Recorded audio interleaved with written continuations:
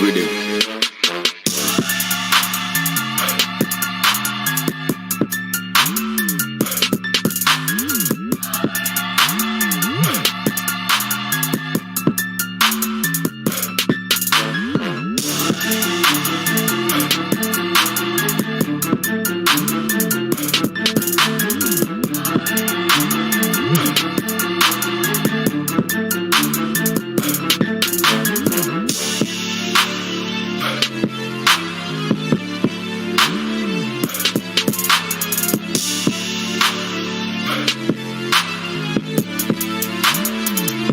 Monk on the beat.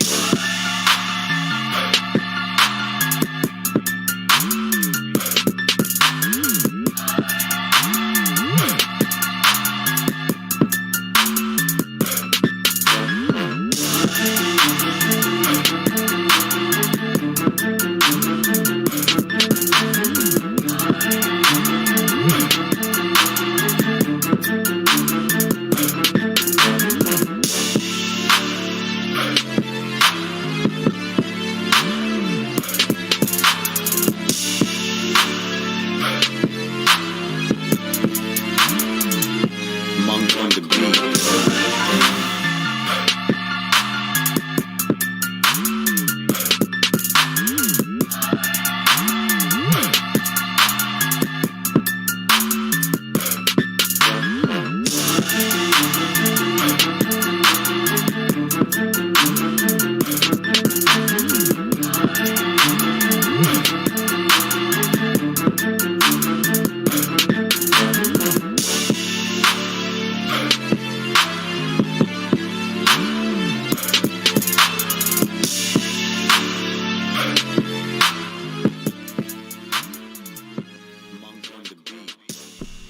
Woo!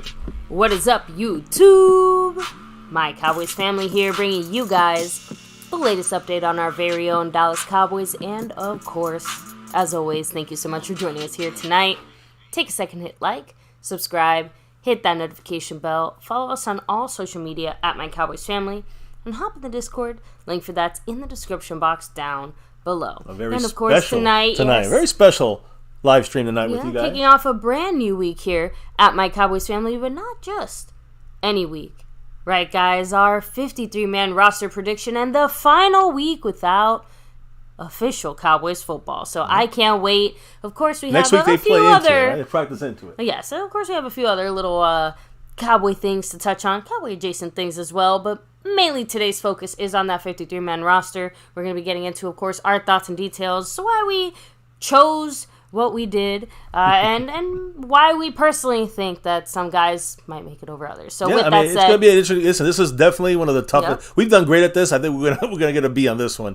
It's gonna be a tough one, but we're gonna talk about our reasonings for this. We did a lot of pre-gaming for this, and hopefully you guys let us know what you think about our choices and your own thoughts on this 53-man roster prediction special. Also, there's gonna be some things like injury stuff, or other situations like suspensions and other things that we'll discuss how it can change the look of this. So what our expectations are is going to be, this is the eventual 53-man roster. Yeah, but actually one of the trickier ones, I will say, from the last few years. It's been relatively predictable for us, but this very year, down to the wire. Definitely have some curveballs. With that said, though, no curveballs, no surprises here when it comes to the people helping to make MCF happen here. How about a three-peat from the person who...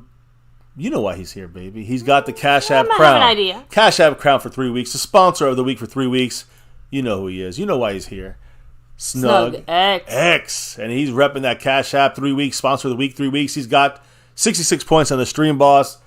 That's domination right there for Mr. Snug X as we're entering this last final week of this of no football, like you said. Much love, Tommy Montoya, who is, of course, been gifted a membership. He's now dropping some knowledge for 3 months in the Navy Blue crew. What do you have to say, man? What's good, MCF, MCW? Good evening, fam. Can't wait till kickoff next Sunday night when our Cowboys kick some giant ass. Dallas Cowboys for life, Cowboy Nation. Yeah, hell yeah. Hey, by the way, I'm going to just for everybody in the membership, we're going to switch over to a couple bonus anti-giant emojis coming very soon. And, the Raider ones are there for now. We did beat them. But those will be gone shortly. Don't worry. You don't have to utilize those too much.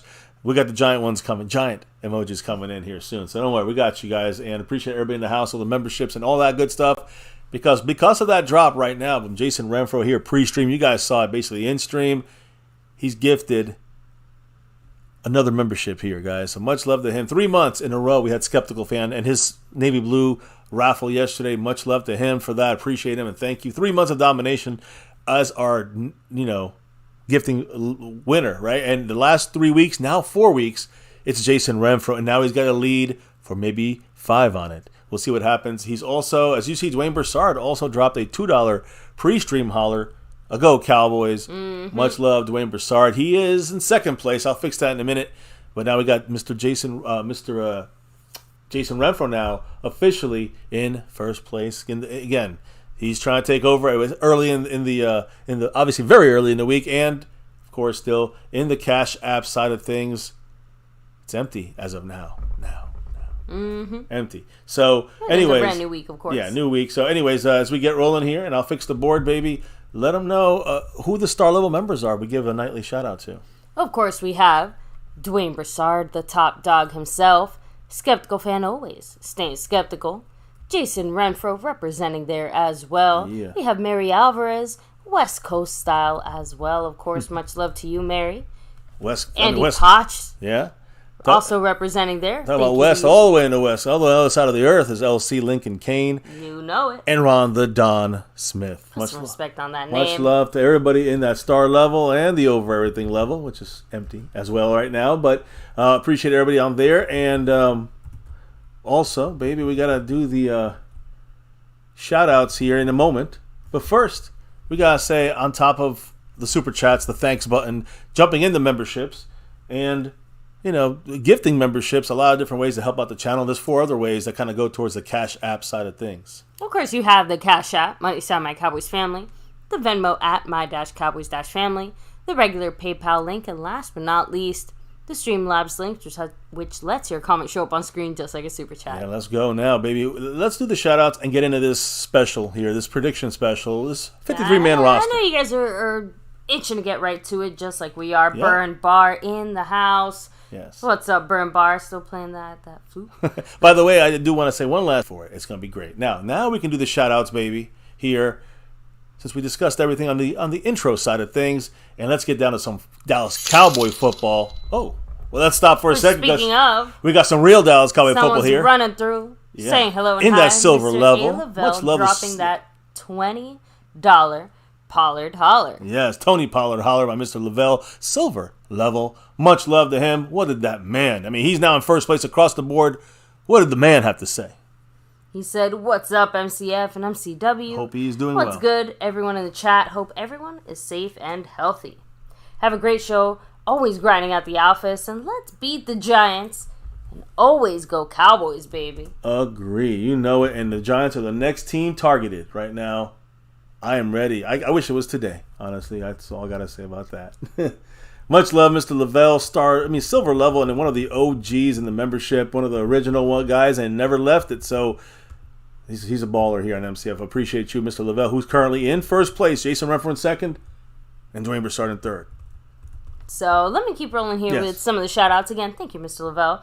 But Roy Strasser, what's up? Hey. Hello and hi. Yeah, well, another Navy Blue crew member right there. Appreciate you, sir. That's right. Always go Cowboys. Always. Jared Morrison in the house. What's up? Landlord from Wakanda. Even you. Skeptical Fan. Always staying skeptical. Much love to him. Much love. We have Jason Renfro in the house representing as well. Burn Bar. I know I shouted you out, but you get an extra one tonight. Jared Morrison. What's up? We have Ron the Don Smith, the OG. The Don. Since day one. Hell yeah. Let's see. Least Side Harold. Let's see, Tornado. Oh, what's up, Tornado? Hello and hi. So I know Justin Quarles is lurking around here somewhere. Q-Man, he's around. You see, we have Jason Renfro, of course, Mr. A. Lavelle. Kind of rolling back, making sure I don't miss anybody here. So, Fuego 2.0, Jared Morrison, what's up? Weapon X88 in the house, Mike Aldana. Much love to you. Of course, Jason Renfro representing, Haley 94 Ware. Hey. Coming through, hello and hi. Daniel Berry Sports Highlight, what's up? Tommy Montoya, what's some extra special love there? Frank Moyer in the house. Daniel Berry, another DB. Yep, we have Derek El Duro.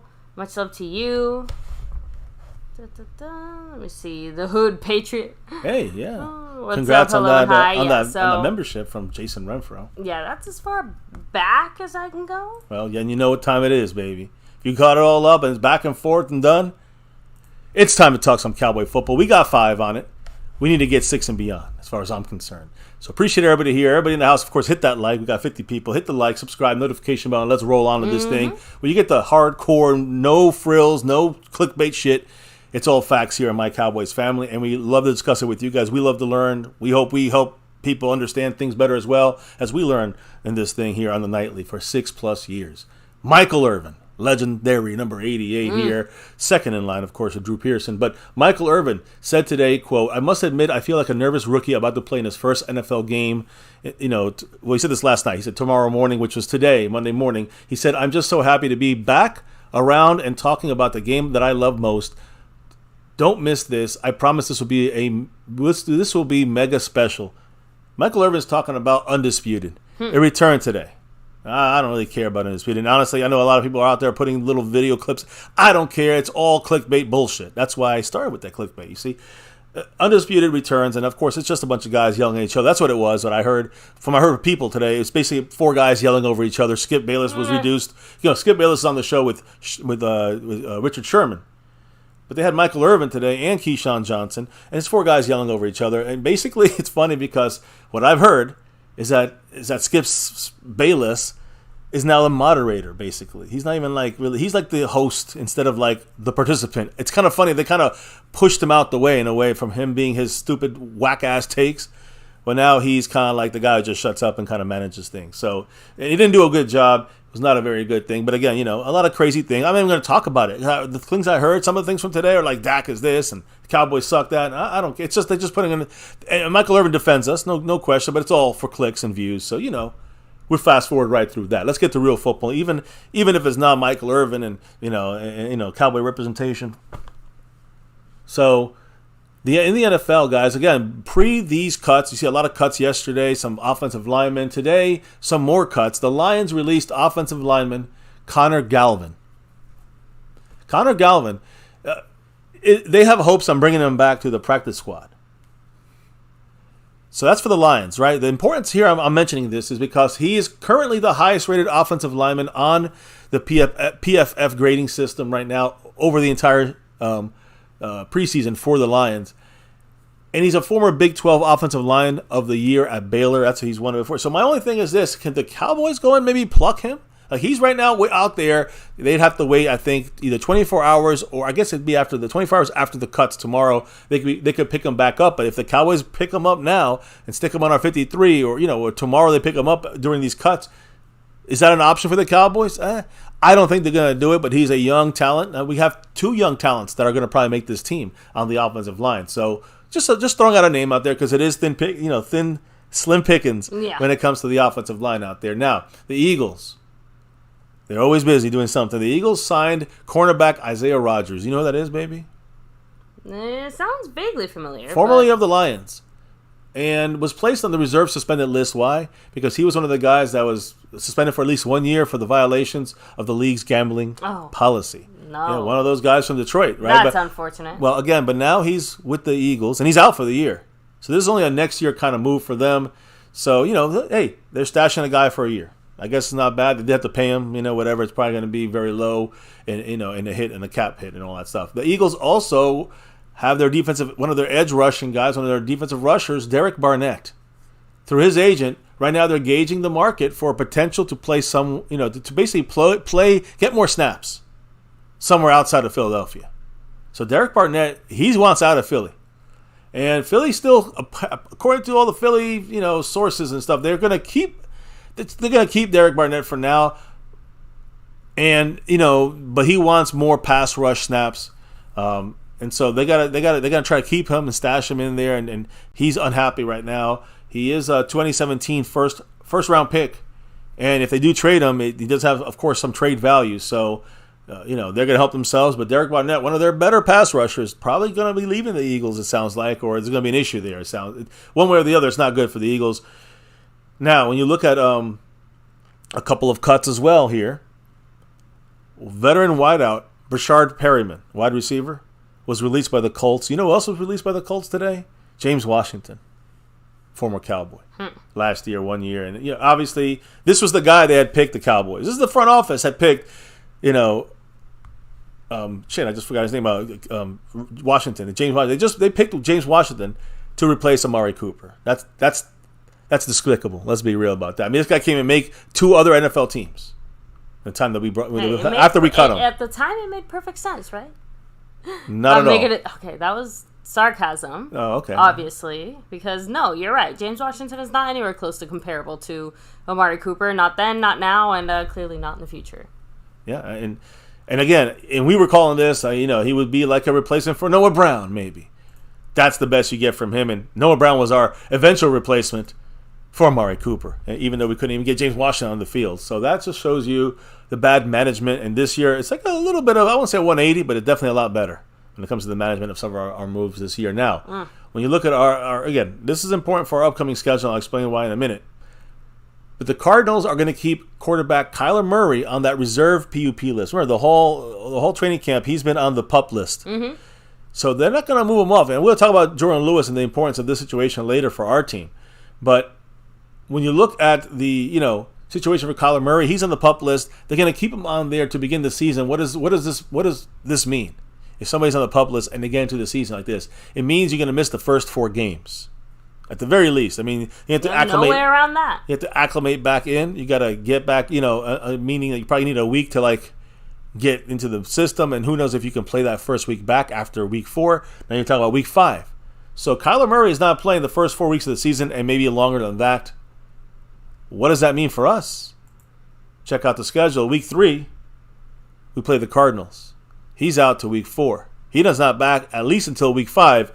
That means we get, we travel to Arizona, play Kyler Murray-less Cardinals, who've been really, basically, it's a fire sale over there. We should destroy the Cardinals week 3. That's just my opinion, and I think we all can agree on that.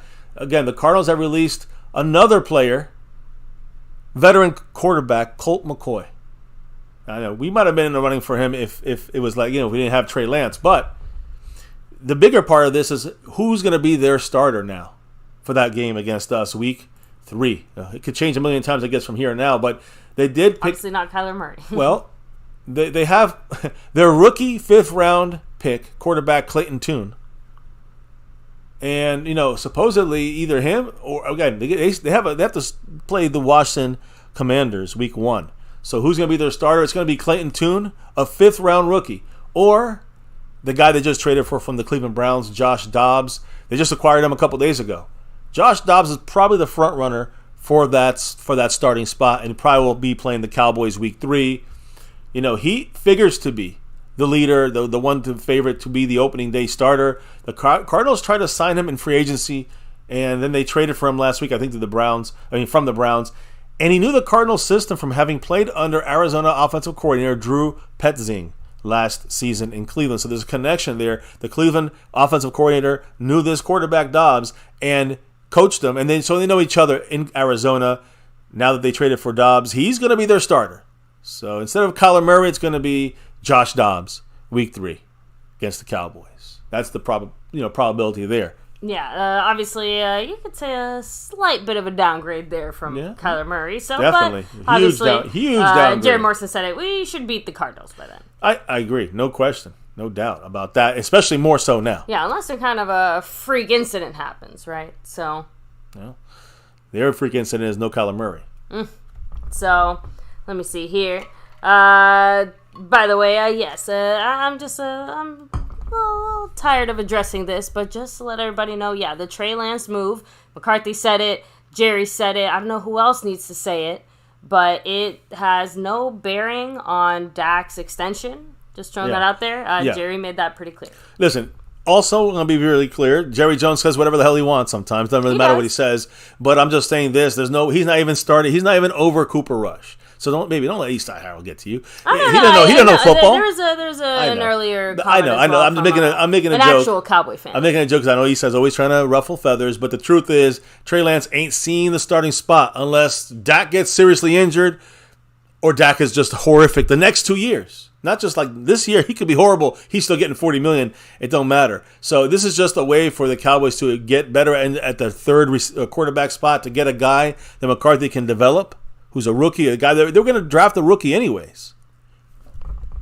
It could have been this guy that's now going to maybe starting for the Cardinals. I mean, that's one of the, Duggan is going to be cut, by the way. I think Duggan was cut, Doug or whatever. He was cut, and he's the guy the Cowboys looked at. Aiden O'Connell, I think he's the Raiders. My point is that these guys, I'd rather have Trey Lance over all these guys, but he's basically, what I'm trying to say is Trey Lance is basically a rookie who's had 8 games in the NFL and not a very good start to his career. So McCarthy has a great, player to work with there and to develop over the next 2 years and see what happens. He probably will be, if that gets hurt like week 3, knock on wood he doesn't, of course, but let's say he gets hurt, it's going to be Cooper Rush going out in the field, just so you guys know. That's the way it's going to be for now. So I did want to take a second here. We do have the sponsor of the week, the Cash App King himself, Snug X in the house. Roll out the red carpet. Hell yeah. Much love to Snug X. Baby, give him some love in the chat. Baby, I think you know why he's here. Dallas Cowboys. That's why we're all here. Hell yeah. Navy Blue Silver and the MCW. Oh, but yeah, anyway, back to you, baby. That's all. All right. So, anyways, as I'm finishing up NFL news, it's going to trickle in to, Cowboy news here, and very upfront, because let's talk about kicker real quick. And I know Jason Renfro loves this kicker, Cameron Dicker, the kicker. Dicker the kicker. All right. He won the kicking job with the Los Angeles Chargers. So, again, no chance of getting Dicker the kicker. He is a Charger now for good, because that means that Dustin Hopkins is not needed there anymore, and he was traded to the Cleveland Browns. So this is a domino effect. Keep with me here. Dustin Hopkins, who's a damn good kicker, lost the battle with Cameron Dicker for the kicker job. Hopkins traded to the Browns. The Browns traded a 2025 7th-round pick. So very basically an undrafted player pick there. A 2025 7th-round pick to the Chargers for Dustin Hopkins, a solid veteran kicker who lost to this other guy nonetheless. Now, what happens to Cleveland Browns kicking situation? They have cut their kicker, and that guy is Cade York, who they spent, if I'm not mistaken, guys, a 4th-round pick on drafting him. Oh, shoot.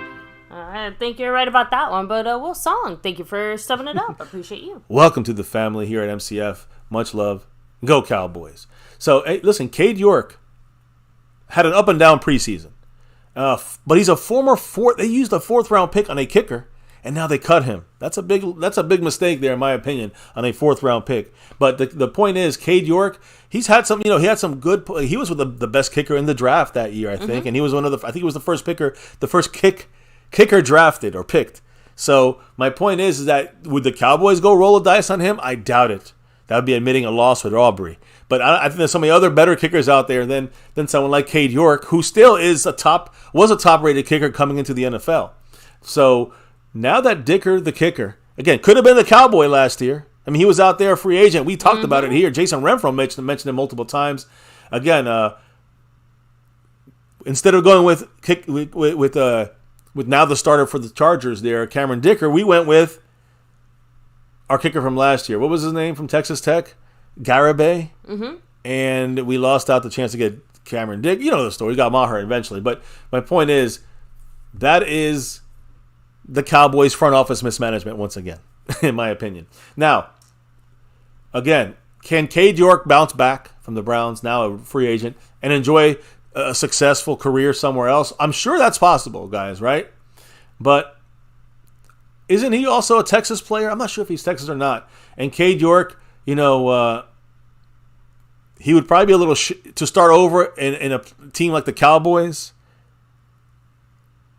It's probably not a good idea where all eyes are on him. He's probably going to shank a couple kicks and then be out of the league forever. So I don't know if he's going to come to Dallas, in case you were wondering. But I don't care about Cade York or, honestly, Brandon Aubrey. I don't have any faith in him. But Mason Crosby, guys, today put out a video. Said, quote, still kicking it around. Knocking the football in there, guys, from 35, 45, 55 yards out. I still vote for Mason Crosby, even with Brandon Aubrey. We're going to talk about our 53 squad today, but I would love for them to cut Aubrey and pick up Mason Crosby tomorrow. It's not going to happen, but Crosby's still out there. He still wants to play. He's going to kick. He's not going to be like Robbie Gould and just kick 49-yarders and closer and just kick, and not do kickoffs. He's going to do. Mason Crosby is going to do all the kicks, and so that's an important thing. And I don't know why there's still an issue there somewhere, but I'm really hoping that Cowboys come to their senses and eventually bring in Mason Crosby or someone like that. It's a true veteran kicker. Now, I wanted to make a mention about this because now as we do we're going to be doing our preseason thing here in a minute, but. I mean, not preseason thing, but our roster. 53-man roster prediction. 53-man roster prediction. Yeah, we're going to be doing that in a couple of minutes. But there's so many players right now that are hitting the waiver wire. There's so many players right now that are being cut now and tomorrow that are you guys worried about the Cowboys losing someone and not getting someone like him back? I mean, not as much. I think there's so much good talent right now at almost every position. Of course, offensive line, we talked about that. But in the league, there's so much talent that's just wandering out there that's comparable to the talent that we may lose if we make some cuts. Yeah, I think another key thing as far as this year, too, is that our team is actually overall pretty solid from top to bottom. So a lot of these discussions that we're having are about, backups or additional pieces, or you get what I mean? Yeah, yeah. So that's a pretty nice spot to be in. Yeah, and again, practice squad guys for some who the Cowboys will bring back on top of the guys that maybe some good players to pick off out there before the 24 hours on the waiver list. So we're going to discuss this here. Of course, we're first going to talk about McCarthy, and he spoke today actually, guys, about a couple of things that are very important to go on to our, kind of breaking down our prediction situation. Mm-hmm. But Tony Romo, I just have this quote from Tony Romo. He said, quote, "I wish I could have brought a Super Bowl to the Cowboys. That's always going to be a regret that I wasn't able to do that. But these things harden you." So Romo's still living with that angst in the back of his mind saying, damn, I know I could have done it. That catch here, I know. So, anyways, look, Mozzie Smith now on the other side of things, rookie first-round pick. Him and Micah Parsons. If you guys check out MyCowboysFamily, you'll see the video. Mozzie Smith and Micah Parsons got in some boxing reps right in this last 10 days before the season kicks off. And so I love that Micah is bringing all his friends to boxing workouts and getting them kind of in that endurance. Again, Mozzie was lacking. Remember that one day we saw him at the end of the practice? He was just like, he wasn't even moving, and everybody else was like past him on the track. Mozzie is getting a little endurance training from Micah Parsons in the boxing side of things. So again, I love to see the camaraderie and the interaction between Mozzie and Micah. Micah's been helping Mozzie for a while. Yeah. So you were going to say something. No. Okay. All right. So, and by the way, McCarthy also was, spoke today, but Dak Prescott kind of, a little kind of, I don't know if it's a leftover quote or something that was just kind of around the facility today, but Dak Prescott, according to a lot of sources there, basically said that Mike McCarthy told him do not chase big plays. Make sure you let the game come to you is what I'm assuming he's kind of saying. So don't go out there and just try to get more than you need to get. It sounds like also like don't try to force things as well, right? Like let things come to you organically and develop as the game kind of happens. So when the defense we keep doing what we're going to do with the system, the scheme that he's using, the game plan and the play calling. As we draw the players up closer and closer, the big play will be there, is what McCarthy's saying. So just don't force it, like you said. Take your time, be patient. What happens when you force it? Bad things. Yeah, like turnovers. Yeah. Just saying. Yeah. So, anyways, I'll stop here. McCarthy started here today before anything really went down and any cuts. There were a couple cuts announced. We'll get to that in a minute. But what did McCarthy say, baby, today about a lot of different things? Specifically, I guess you could say Trey Lance and some roster move situation, injury updates, and that sort of thing. What did McCarthy say? So McCarthy said, and in this regard, he's talking specifically about Trey Lance here. Quote, "He's been working and coaches have been going in and out trying to get time with him," saying that he's probably going to spend the most time with our quarterback coach, Scott Tolzien. Scott Tolzien, you mentioned him previously the last few days, saying, McCarthy added in their quote, "There's a lot going on today and tomorrow with the personnel meetings and game planning for the Giants.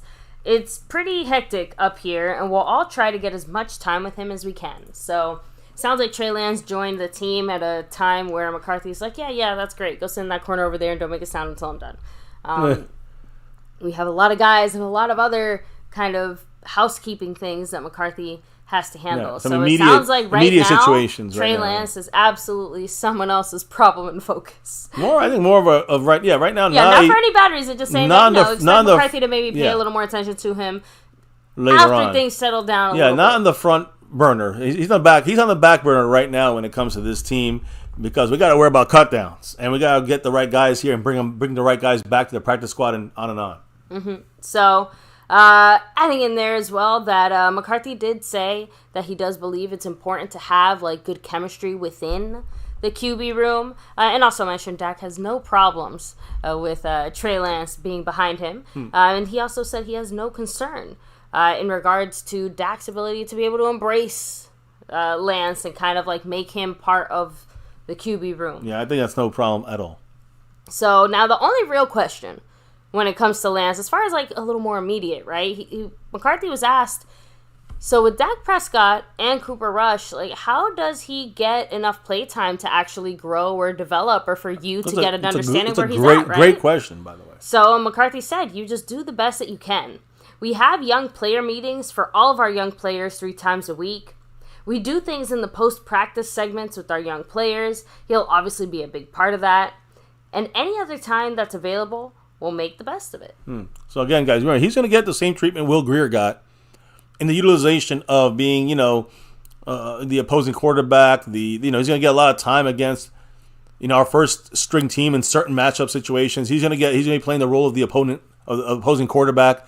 Something that Cooper Rush probably can't do for a lot of quarterbacks. Mm-hmm. And Cooper Rush will provide, example for other quarterbacks that we may face that are a different kind of quarterback, and, not as mobile, let's say. So those guys will get Cooper Rush, and Cooper Rush will get some first team work against those guys. But I think that's a good thing. That's the way you can develop him, is getting him against our number one part, our defense, our first string defense, and we're utilizing him in some situations where, we want to kind of key in on some matchups and mismatches, or not mismatches, but matchups with the way the quarterback plays, depending on the style they run.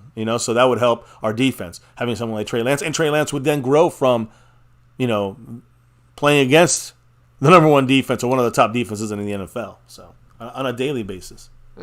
So anyway, that was some of the things that McCarthy had to say. He did add in there that Trey Lance has been in there, quote, all day working. He said, frankly, he's been in here all day, so he's been working. So, and he did kind of just reiterate that the timing of it is just not ideal from like a coaching perspective and stuff like that. McCarthy's just really focusing on prepping for the Giants, right?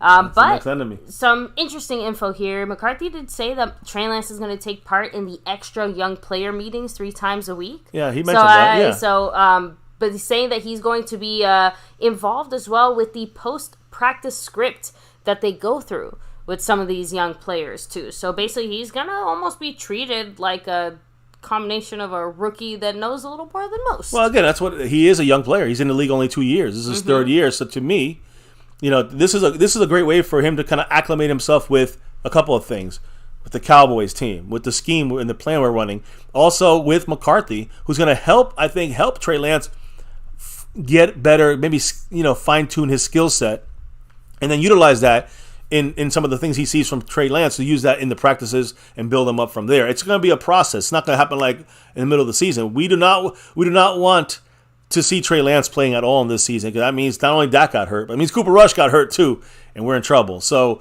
Trey Lance will have to be, a player we see maybe, in preseason, a player we see, again, if we were at practices, you'd see him in practice all the time going against, probably a lot of our number one guys on defense, just to kind of give him some development opportunities. But it's all about Mike McCarthy and what he can find with him, just to get to know the system, the rhythm, what we do things here. And, at the head of the department, at the head of the quarterback group, that he's going to be running like the third team here. So he's going to have to, get that leadership and continue growing that with under McCarthy and throughout the Cowboys, at least this season. So And just in case, for those of you guys who were wondering, like, oh, Jerry's just doing whatever he wants or whatever, Mike McCarthy made it very clear that he was not upset or bothered in any way by Jerry acquiring Lance. McCarthy did confirm that, quote, I was involved in the evaluation, but the actual business component of it, I am not involved. Those decisions come down to Jerry and Steven. So what do you think happened there then? To me, if I take it the way that it sounds like, when you put all the pieces together and what Jerry said before and everything, it seems pretty straightforward. The second that the Dallas Cowboys heard that there was a chance that Trey Lance was going to be available, Jerry said, I'm going to do everything I can. He's a big fan. He probably called up McClay and said, McClay, what was our old scouting report on him? Right? They went over that. Hey, what was his last game like? Let me know. McCarthy I called up McCarthy, and like he said, he was asked to comment on his evaluation, right? So he's probably like, oh yeah, I like Trey Lance. I like what he can do. We can do a lot with him. Good developmental quarterback. He fits what we're trying to do here. Because okay, we kind of knew already Will Greer was out the door. Let's just be honest about that. So exactly. He probably knew that. So he's like he probably said, definitely a better developmental quarterback to start with than a Will Greer. Mm-hmm. So, and like I said, from there, front office decisions are all Jerry, but it does sound like this was more than most moves in the last few recent years. Absolutely, it feels like a 90% Jerry-driven move in the sense of Jerry heard he was available. He basically was going to do it, but he decided to, double-check his background. And basically just did it. Like, there wasn't any need to consult. As soon as he knew, he's like, okay, it's going to work? Okay, great. Yeah, and there's no negatives from any of the people he checked with. I'm sure he checked with Schottenheimer, McClay, McCarthy. No negatives, no flags, no red flags. Great team leader, great guy in the locker room. Has some talent. You can still better than Will Greer. Let's get him in here, and Jerry Jones has likes him as a backup for the future. So there we go. We got our drafted quarterback. We were going to draft one next year, or we were going to draft one the last 3 years.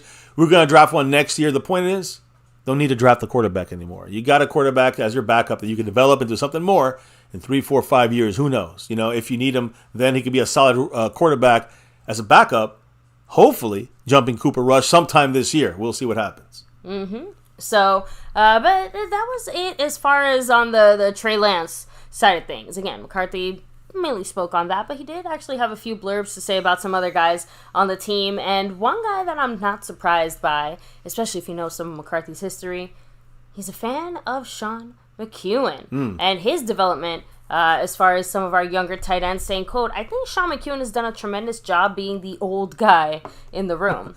You can see Fergie and Peyton have really taken that step that you look for in that second year. I love the way that they help and mentor our young guys. If you are ourselves here on MCF, and you're thinking, he's one of those guys on the bubble that if you take the extra running back, or do you take the extra tight end, the fourth tight end or the fourth running back? The answer is right there. The Cowboys are not going to go. At least they could go a fourth running back, but they're not going to not go without Sean McEwen. They might go somewhere else and cut a receiver off, but they're not going to be. McEwen is our fourth tight end on this team.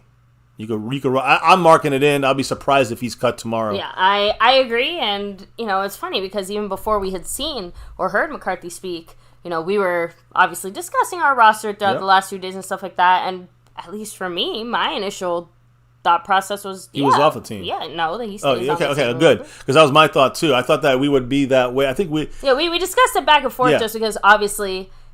It is a bit of a question mark, but we did both kind of come to a conclusion that, we agreed with our initial assessment. He makes the team. So, sounds like McCarthy agrees. So, we'll see what happens. But, it looks like McEwen's going to stay. We'll see. We'll have to wait and see. He could be a guy we bring back in the practice squad and elevate him to the 53 that way. We'll see. Now, I know we already touched on Josh Ball the other day when he got a little banged up and hurt, but McCarthy did unfortunately confirm that Josh Ball suffered, quote, a significant multi-week injury.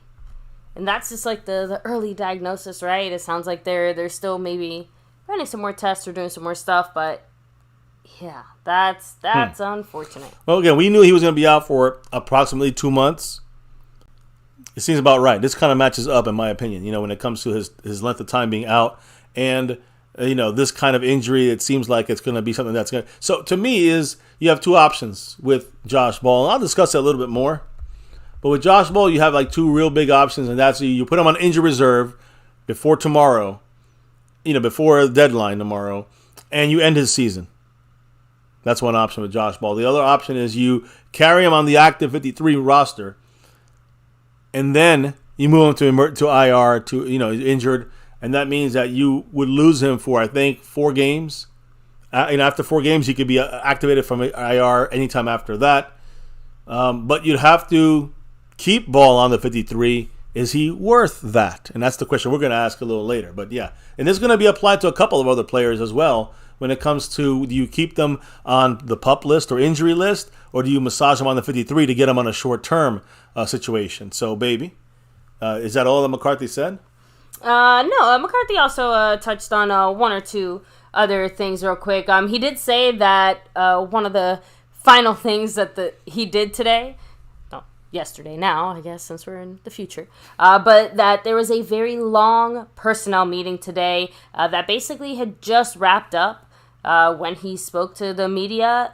The cut deadline is obviously at that time a little under a day away. Obviously now we're what, like 12-ish hours away? About 14 away. 14? Yeah, 4 p.m. Eastern, 3 Central. And I know you had a little point here. I don't know if you wanted me to touch on this, but Jordan Lewis actually was also kind of brought up, and Mike McCarthy made it pretty clear that Jordan Lewis is a guy that they're big fans of, and not just him, like obviously all the coaches, and that there's a big consensus that it's not just like his playmaking on the field and what he does, but he's also a big force off the field in the locker room as a mentor, kind of a guiding force for some of our younger guys. And McCarthy reminded everyone he's on our leadership council. So, which I know means jack shit to everybody else, but at least internally, that does carry some weight when it comes to the Cowboys. So. Yeah, I mean, the thing about Jordan Lewis is a lot of people are saying he's going to be a cap casualty. We could save like $3 million, $4 million. That sounds like it's not going to happen. So that sounds out of the question. We're not going to cut him. He's also injured. And he spoke about this, and this is maybe one of the biggest question marks is not if we're going to keep Jordan Lewis, but is Jordan Lewis going to be on the 53 or he's going to stay on the PUP list and miss 4 weeks no matter what?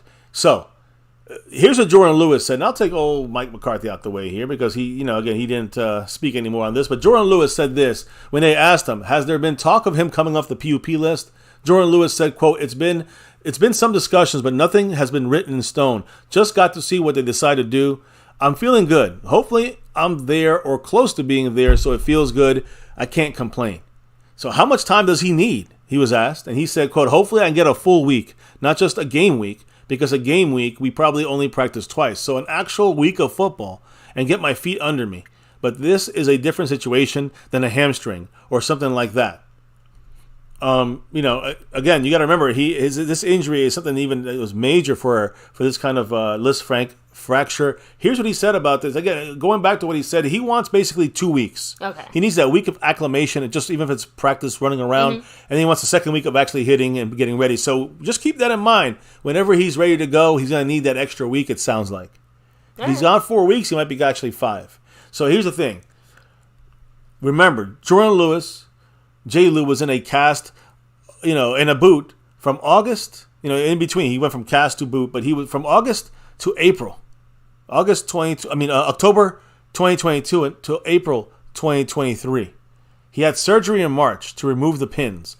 According to him, he said his foot was, quote, completely tilted. He said, my foot shifted mid-foot and dislocated, I think, every bone in my foot. So it was much more significant than a Liz Frank fracture. Damn. But it's just what they call it. So basically, it's never been a fracture this bad. They don't have a name for it. Yeah, there's no other name for it. But I have to admit that, I've heard some shit, but man, you really do feel football players really do find you in interesting ways to just bang themselves up. It's almost an unheard of situation as far as the way his foot broke. But here's the thing. I'm glad he was able to come back. Well, again, he's not back yet. That's the thing. So to me, this is one of the most interesting decisions because here's the thing. When it comes to this roster, what do you do with Jordan Lewis? What would you guys do? Because, again, he's on the PUP list with a foot injury. The Cowboys don't have to put him on a 53. We just lose him 4 weeks. And we know, but you don't have much after Jordan Lewis. After our fourth guy, which is Jordan Lewis, you have, Nashawn Wright, if he makes the team, Kelvin Joseph, if he makes the team, Scott Jr., Eric Scott Jr., if he makes the team, CJ Goodwin never plays on defense, right? So, You guys understand what I'm saying? Do you try to get Jordan Lewis in there because of the big drop-off without him, or can you last the 4 weeks and get him back in there probably 5 or 6 weeks into the season? So I don't know what you guys think, but do we have the room to do that this year? To me, okay, if the Cowboys, again, some people like Brian Brodus has said he feels the Cowboys are going to try to get him on. I know that Patrick Walker also said he thinks that the Cowboys are going to try to get Jordan Lewis on. They probably will. For tonight's situation, we're going to do. We're not going to utilize that as the we're going to kind of leave that open because it's still an unknown. But some people close to the team believe that Jordan Lewis will be on the 53-man roster and not on the PUP list and missing 4 weeks of the season. So the other truth is the Cowboys also know he's probably not ready to play week 1. Like week 1 is probably not good. Maybe week 2, maybe week 3. But they're hoping that it'll be before week 5. Mm-hmm. So the Cowboys could keep him on 53. He's not ready for week 1. To me, it feels like a Michael Gallup situation. I think that's what Brian Brodus said he feels like. It's like they're trying to get him on the 53 and turn it into a Michael Gallup where he could be back before those 4 lost weeks. So, to me, it makes much more sense. For me, I don't know what you think, baby. For me, it makes much more sense to keep Jordan Lewis on the PUP list, miss those 4 weeks, and then bring him back, even if we're risking a little bit there in depth. To me, if you got Kelvin Joseph or Nashawn Wright, you can move him into the mix, or someone like Mukuamu, to me, could be the corner nickel back slot guy until if someone gets hurt, Yeah, and that should last us to the point of getting Jordan Lewis back. No, I agree, mainly for the reason that, shit. I literally just had my point, and I didn't want to interrupt you, but then you kind of kept going there. Yeah, we're talking about Jordan Lewis and getting him on the 53 or not. Yeah, I mean, that's what we're talking about. Like, do you put him on the PUP list? There we go. Oh, that was there. Yeah, No, just there we go. Thank you. No, you just reminded me of the specific point I wanted to bring up when it comes to Jordan Lewis and the PUP list. Again, if he is so close, right, to that 3-4 week mark, you get what I'm trying to say? Then yeah, the Cowboys will probably just put him on the PUP list. But if he's, that's what I'm saying. Like they'll just put him on there if it's that close.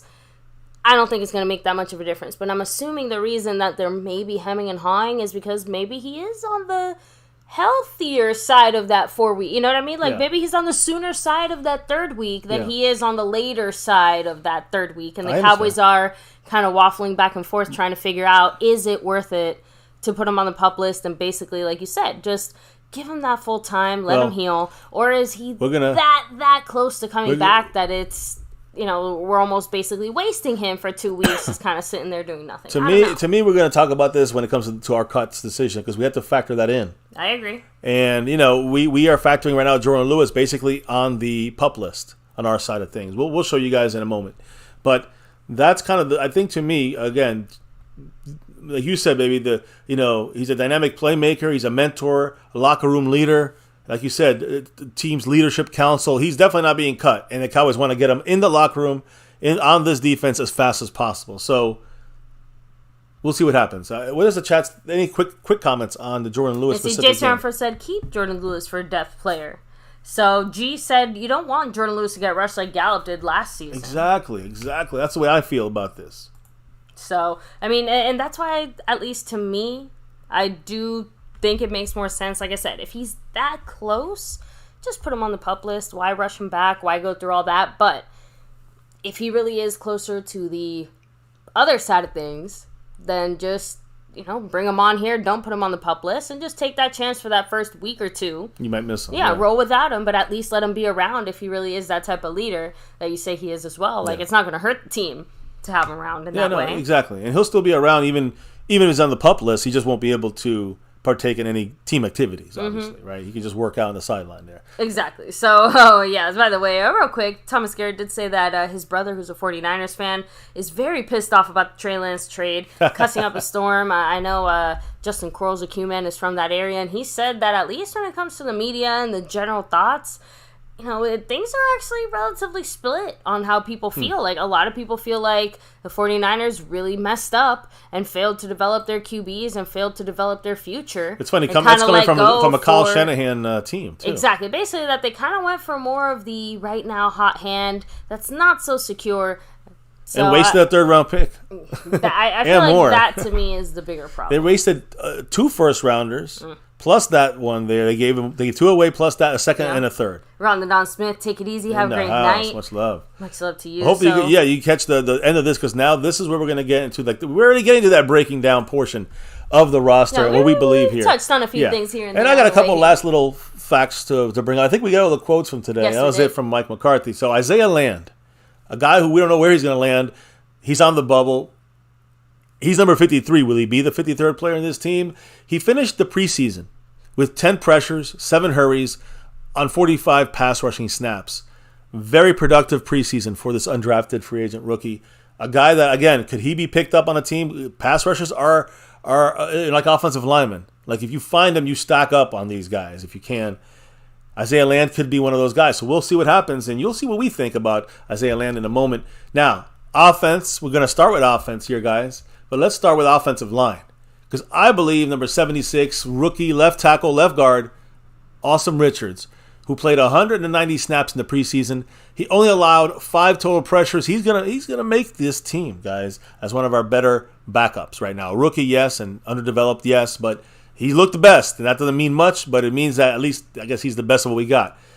Did a great job in preseason. 190 snaps, 5 total pressures allowed. He did not allow a single quarterback hit. He did not allow a single quarterback sack. So that's through PFF.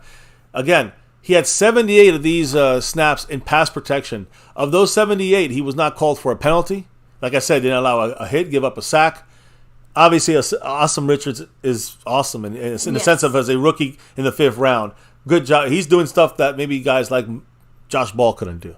How about that? He was a 5th rounder and he failed.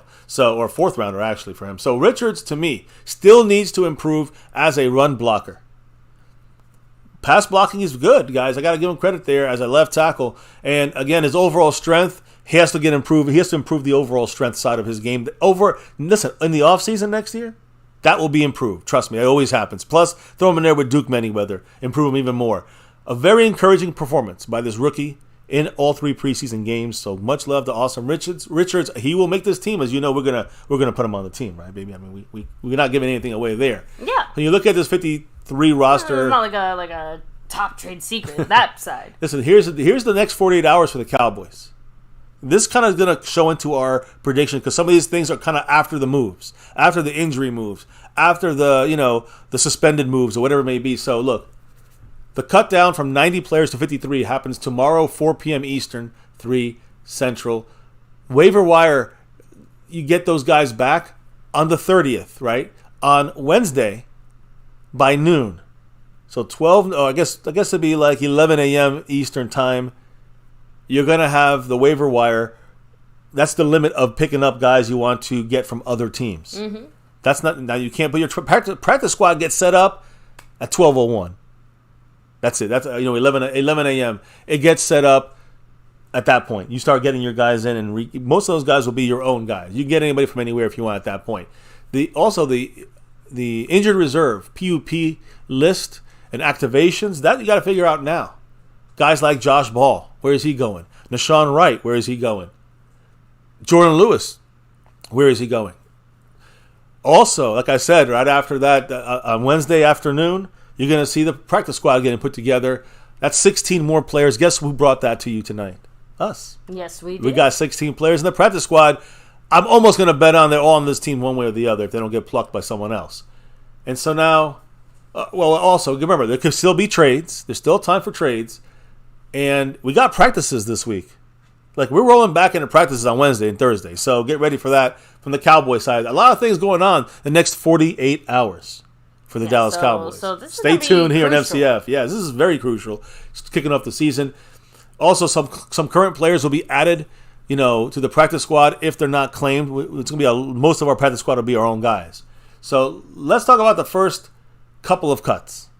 We already know there's some cuts going down, guys. Yeah, of course. And I don't know if every team does a little handful before the official chop, chop, right? Always. Tyrone Church, much love. What's up? Saying, I told you. Asim Richards. Asim Richard is the truth. Hey, I just wanted, again, he's very good, but we have a very bad depth. So he's good for our depth. Is he good enough? I think he can be. And I'm looking forward to seeing him do his thing out there. When we know it's going to happen, Tyron Smith goes down. It's going to fucking happen. I hate to say it. Mm-hmm. So, by the way, Jared Morrison said, what happened to all those defensive backs we signed after AB got hurt? Oh, you mean like who we talking about? Oh, those guys from last year? Oh, they're all gone. They're all gone, bro. They're all gone. Yeah, they're not here anymore. All right, well, there you go. Yeah. So, they were flyers. They were just, they were hopes. Let me get some down. Stone Immaculate 2. What's up? Saying Brooks practice squad receiver depth is deep. That's another one for us guys. That was a little tough. We'll get to that in a minute here on My Cowboys Family. And again, I'll get you guys there was 3 cuts from the Cowboys, and I'll get you caught up on that and our final cuts prediction here, as we were literally on the day of, basically, right. of the roster cuts. Yes, so it was the night before roster cuts and all through the house.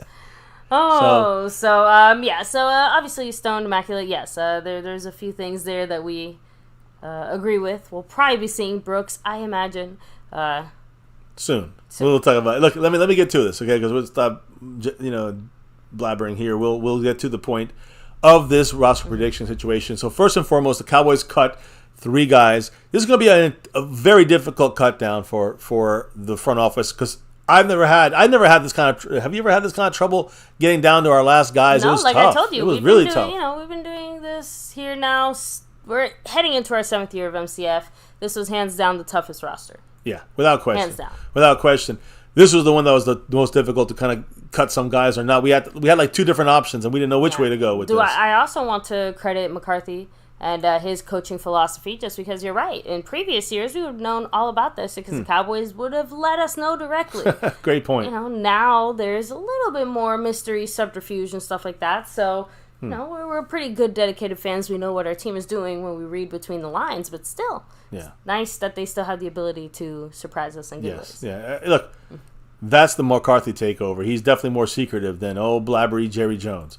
So, when you look at this, guys, the first cuts have already been announced. And, again, got to get down to 50. We're at 90 players. Now we are at, I guess, 86 players right now is where we're at right now, because we cut 3 guys. Center, Alec Lindstrom. He's been released from the Cowboys. Again, most of these guys will be released in the morning. Keep that. I know it's kind of the morning now, but actually in the morning tomorrow, probably way before 4 p.m. So keep that in mind. You're going to see these names starting to leak through. We're not going to go live for that, but we're going to tell you who we think is going to be left at the end of this thing. So Alec Lindstrom notified he's been waived. Spent 2022 last year, first year's rookie year, undrafted. Spent 2022 last year on the practice squad, as we all know, and couldn't really get to that center, that backup center position, which is the Cowboys really were hoping for, with Alec Lindstrom. So he's now been cut, and I don't think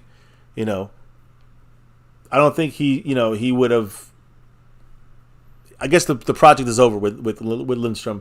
He's not coming back to the Cowboys practice squad. So I do not think he's coming back to our 16 on the practice squad. Another player the Cowboys released was defensive edge rusher Ben Banugu, who we picked up as a free agent, late in the offseason, before, I think it was right before the OTAs, maybe right after the OTAs. But either way, Ben Banugu, I think he was number 94, was released earlier this evening. He was a 2019 second-round pick, former TCU standout.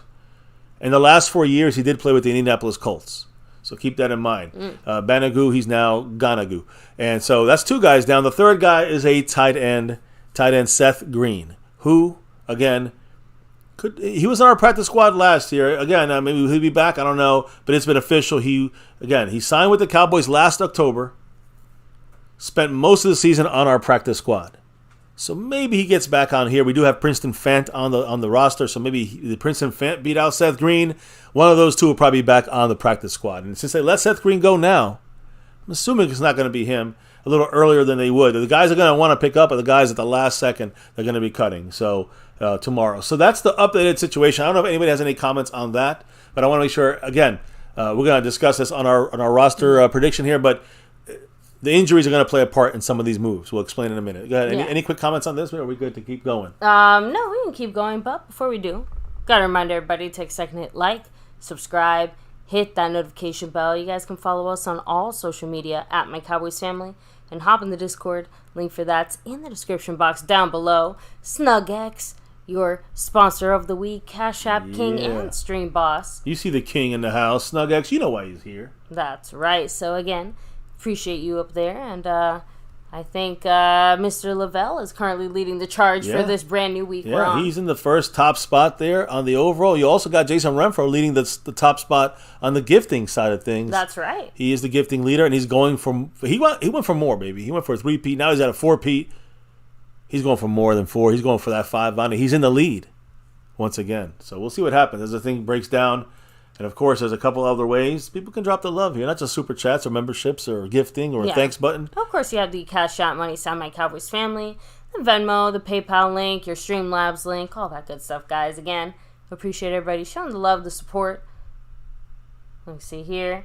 Let me see. Tyrone Church said, I want to trade Dorrance Armstrong bad since we can't cut land. You know, and that's the thing. That could happen. You might see a move like that. It'll be interesting to see what the Cowboys pull off at the last second. But, I mean, right now it seems like Dorrance Armstrong is part of the equation for Dan Quinn.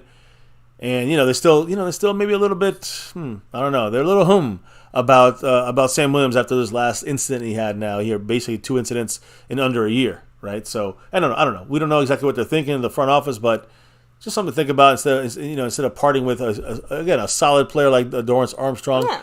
Good player. But again, he, for the price, he's a good selling point for the Cowboys. If someone really wanted a pass rusher, since we got Land, is that enough though to push him off? Because Isaiah Land is not anything close to Dorrance Armstrong right now. And so we're already downgrading our defense. Do we want to do that with pass rushers?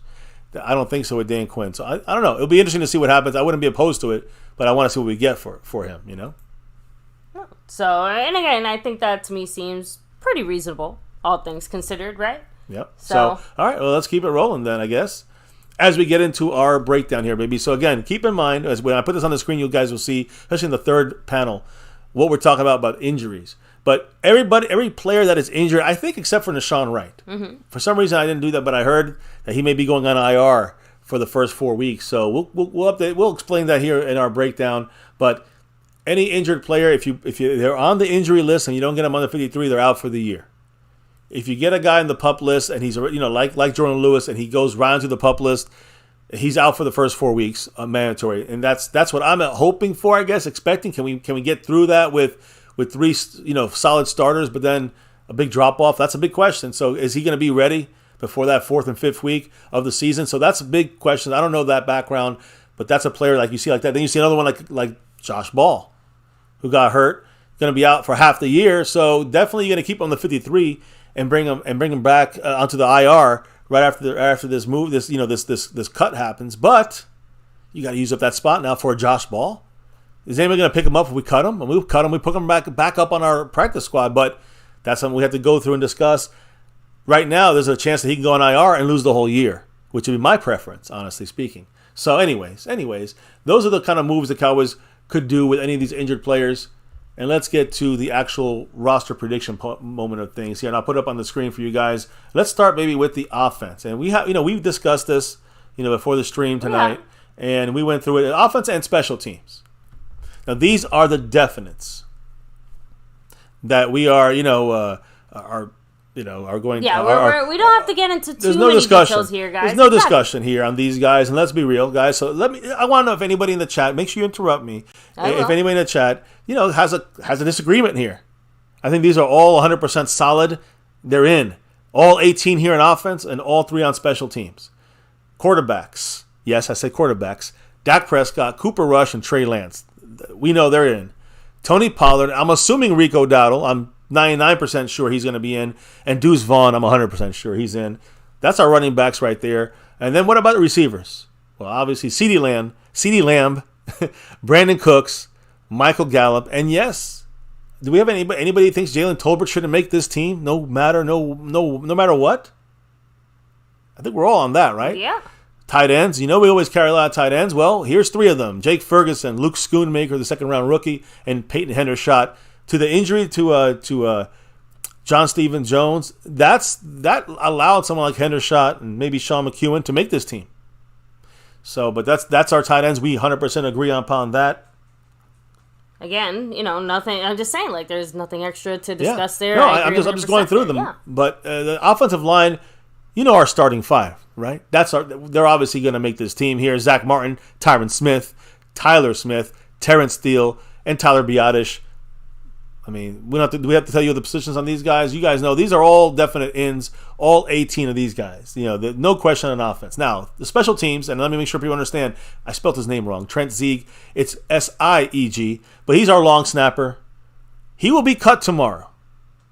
This is where we have to explain this to you guys. So he will be released, and then he's a vested veteran. You can see the same thing with Brian Anger. The Cowboys will probably release Brian Anger, and then pick both of these guys up tomorrow. Now, Brandon Aubrey is not a vested veteran. He probably could cut him and no one's going to pick him up. My point here is Brandon Aubrey will not be cut tomorrow, but these other 2 guys will probably be cut.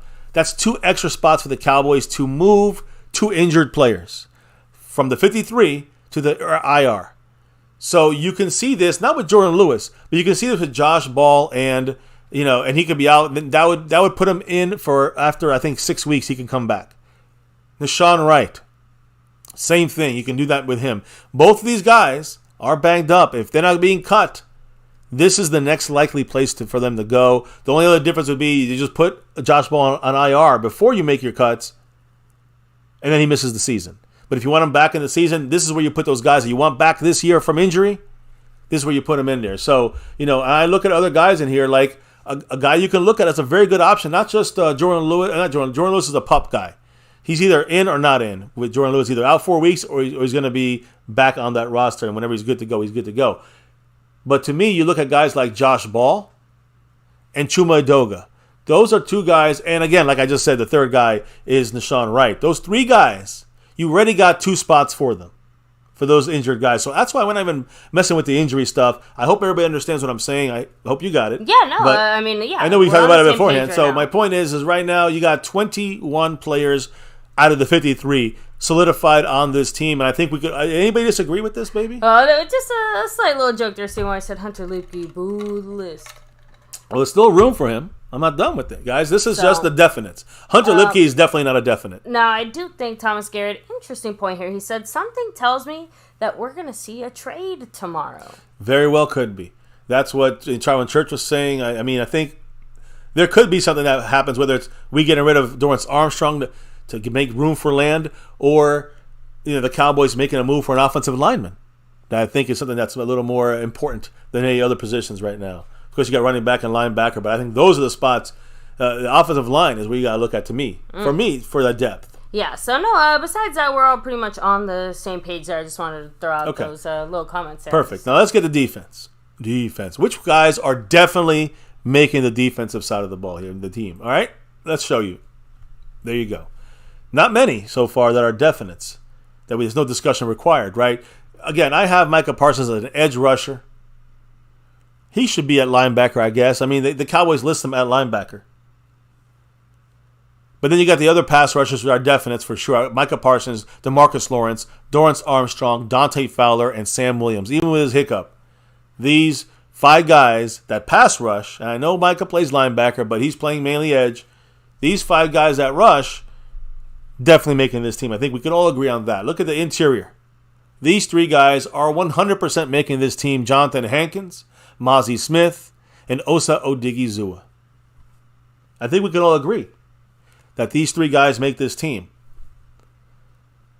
And then you go to linebacker, you got 2 definites. Again, I can say 3 if you got Micah Parsons, but LVE and Damone Clark, they're making this team, obviously. So now, when you add up all these guys in the defensive backfield, you get a total of 16 guys. You got 3 at cornerback, obviously. Trayvon Diggs, Stephon Gilmore, and Deron Bland. They're obviously check marks, and they're in. Safeties, these 3 are our starting 3-headed monster. We know they're in. Jaron Kearse, Donovan Wilson, and Malik Hooker. So we went through this already, maybe, and we Yeah. talked about it. Oh, this is obvious. Anybody disagree with any of these? That's 16 plus 21. What are we at here? 37? We're 16 players away from finishing the 2023, initial roster. Yeah. So I did want to touch on Jared Morrison. So, yes, we technically are, but here's why. Again, there's a handful of What's the players question, like CJ Gooding said, are we going to risk losing Anchor? Again, so I'm just saying. Yeah, I want to make sure the rule is explained properly. Guys, when you're a vested veteran, you cannot sign anywhere else except for the team that cuts you for those first 24 hours, as long as they bring you back in that time frame, which we obviously are going to do after 12 noon tomorrow. Exactly. After 12 noon on Wednesday, when then we can move our guys to injury list, to injury reserve, and then sign those vested veterans that we have a couple hours left to sign. The Cowboys will never lose either of those guys, Brian Anger or Trent Sieg. We will not lose them. That's part of the. What is that called? You said check or kind of like housekeeping you got to do. Like checks and balances? No, the housekeeping you got to do to kind of fix up the roster. So you move your injured guys on and off the roster, and you move these vested veterans off and on the roster. Yeah, I jokingly compared it, I think, in last night's stream, or maybe the night before that. I jokingly compared it to, like, you got to wait till you get paid before you can go pay your rent. Like, there's a process you got to follow. If you try to pay your rent before that, you're not going to have any money in your account. It's not going to be paid. And this is a similar process. Doesn't work. Right, you got to get. You have to wait until the one thing happens before you can do the other. But it's all covered. That's why but again, that's why I'm just showing you this. This is, to me, the roster maybe after the practice squad is made. Mm-hmm. This is, to me, going to be the roster, more or less. Obviously, we've been close. We missed one or two every year. That's pretty damn good when it comes to predictions, I think. And I think we're doing good right now. I think we all agree these are definite guys. 37 players. I don't know if anybody disagrees again. Like I said, right now the only real quick disagreement here, Stephen White said 4 backs because Hunter is making the team. All right, well, let's see. Now, let's look at the leftovers. Here you go.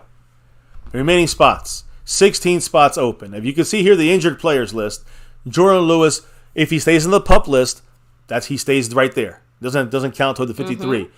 Chuma Doga and Josh Ball, they could be moved to this 53. These could be the two guys that you see take over for Zieg at long snapper and Anger at punter, and they take their spots for 12 hours and then get moved to the injured spots, and then they move back Trent Zieg, the long snapper, and Brian Anger to replace them. So then they're back here, gone for 4 weeks is what they're gone for, I think. 4 to 6 weeks. I know it depends on, I think they're actually 6 weeks for that. But either way, I'm cool with that. That's literally the left side of those 3 yellow names. The only guy I would add into that group that's kind of a question mark, you could flip him here because he's on our list here, is Nashawn Wright. If the Cowboys really want to keep him here and don't mind losing him for 4 weeks, they could put him onto the 53 and then move him right off to this yellow injured player list, and that would open up a 3rd spot for the Cowboys. Either way, he could be used for that spot or he could be the spot being used for it. We're covered here, I think, when it comes to our breakdown because he's still on this list. So we're good with that.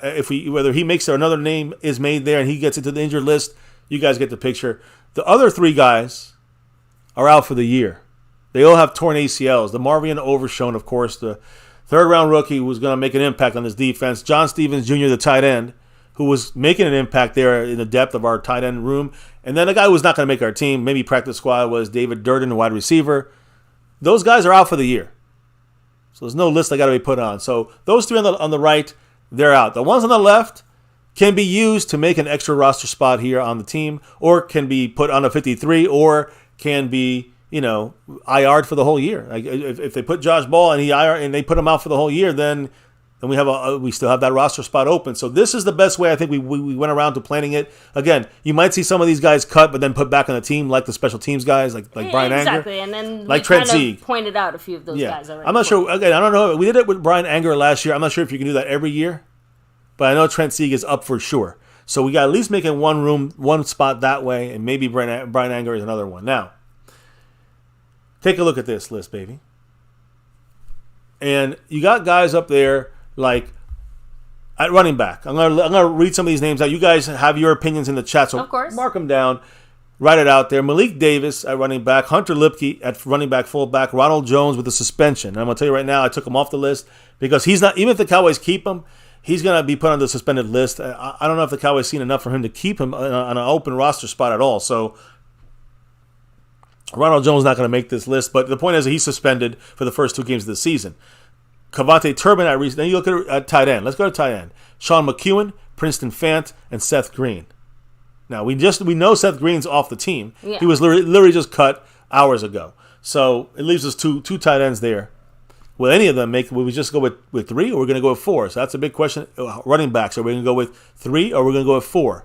That's one of the things we discussed here, baby. Yeah. And we'll tell you guys we kind of came to the agreement. Yeah, we kind of spoiled it a little bit earlier if you were here. But the point is that at the wide receiver spot, looking at Cavante Turpin, who I believe most of us believe he's going to make this team. I know I do.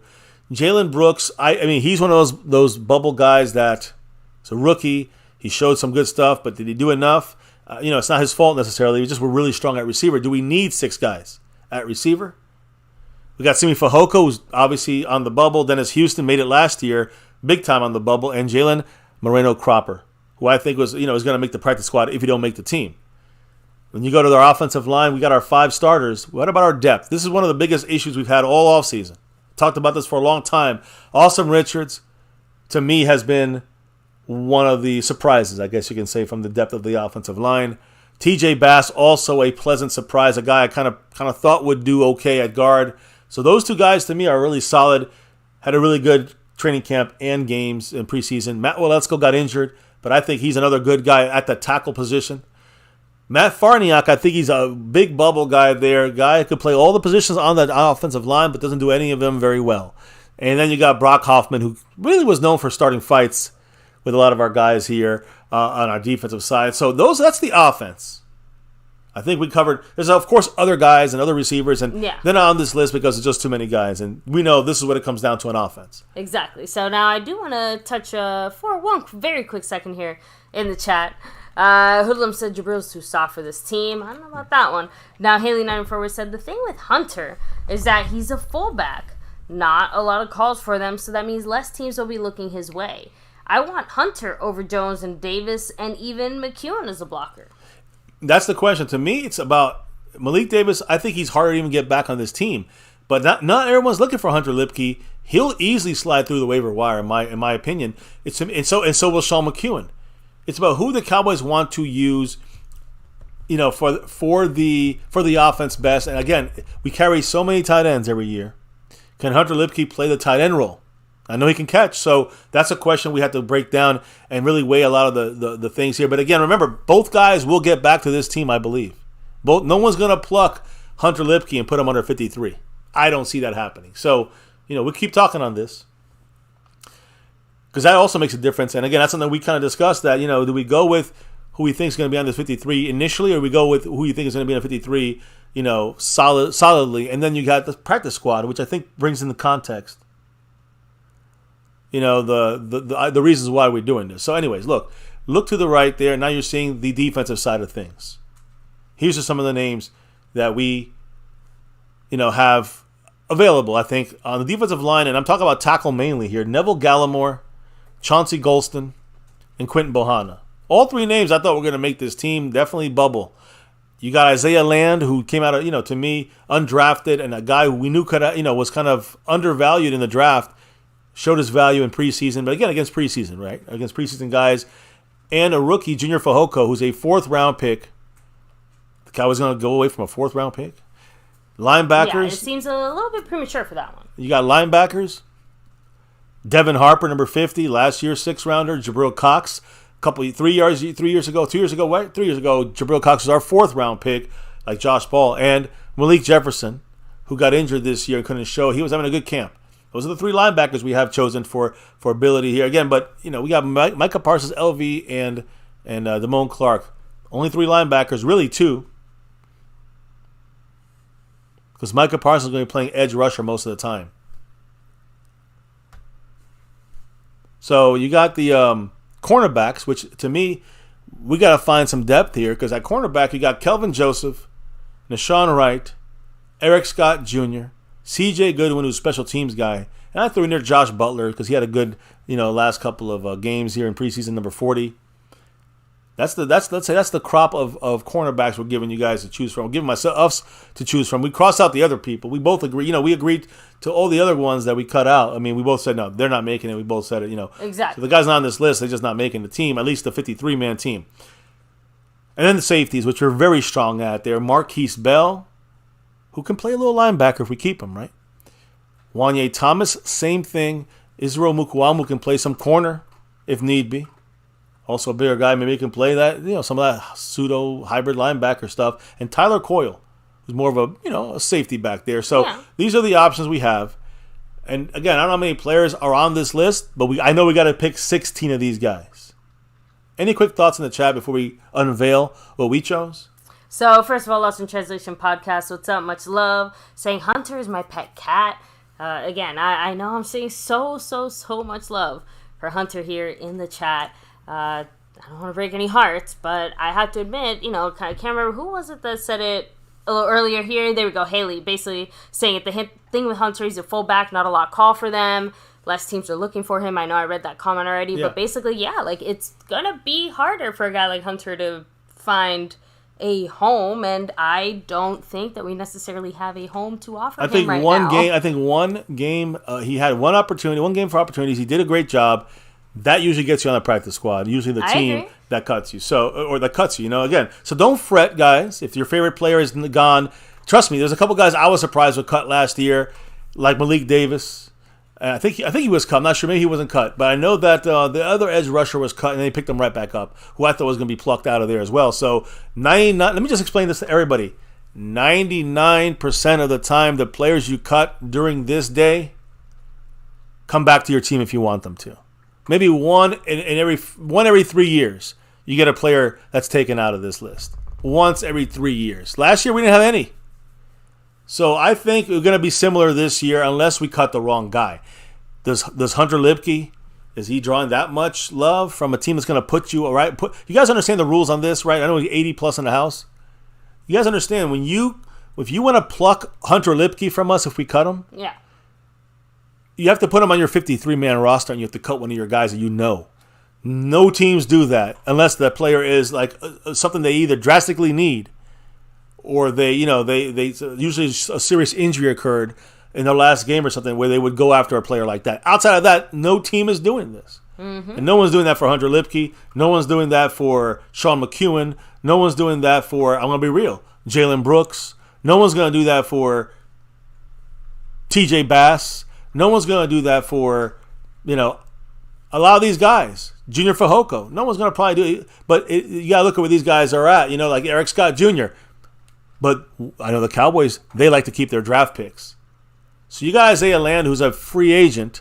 I'm sorry, an undrafted free agent. He's a guy that someone might take a risk on. So, and in the end, I don't think someone's going to pick him up. But what do we think, baby? I mean, as I want to show him. I'm kind of co-signing that last statement at least there. Yeah. Like I said, I think it's going to be tough to picture him somewhere else. But I also equally find it tough to picture him on our active 53. So let's break it down, I guess. Practice squad is most likely for sure. So again, you got a lot of these guys. Could be practice squad that could be on this last, the bubble here. Drum roll, please. I guess they'll unveil it, right?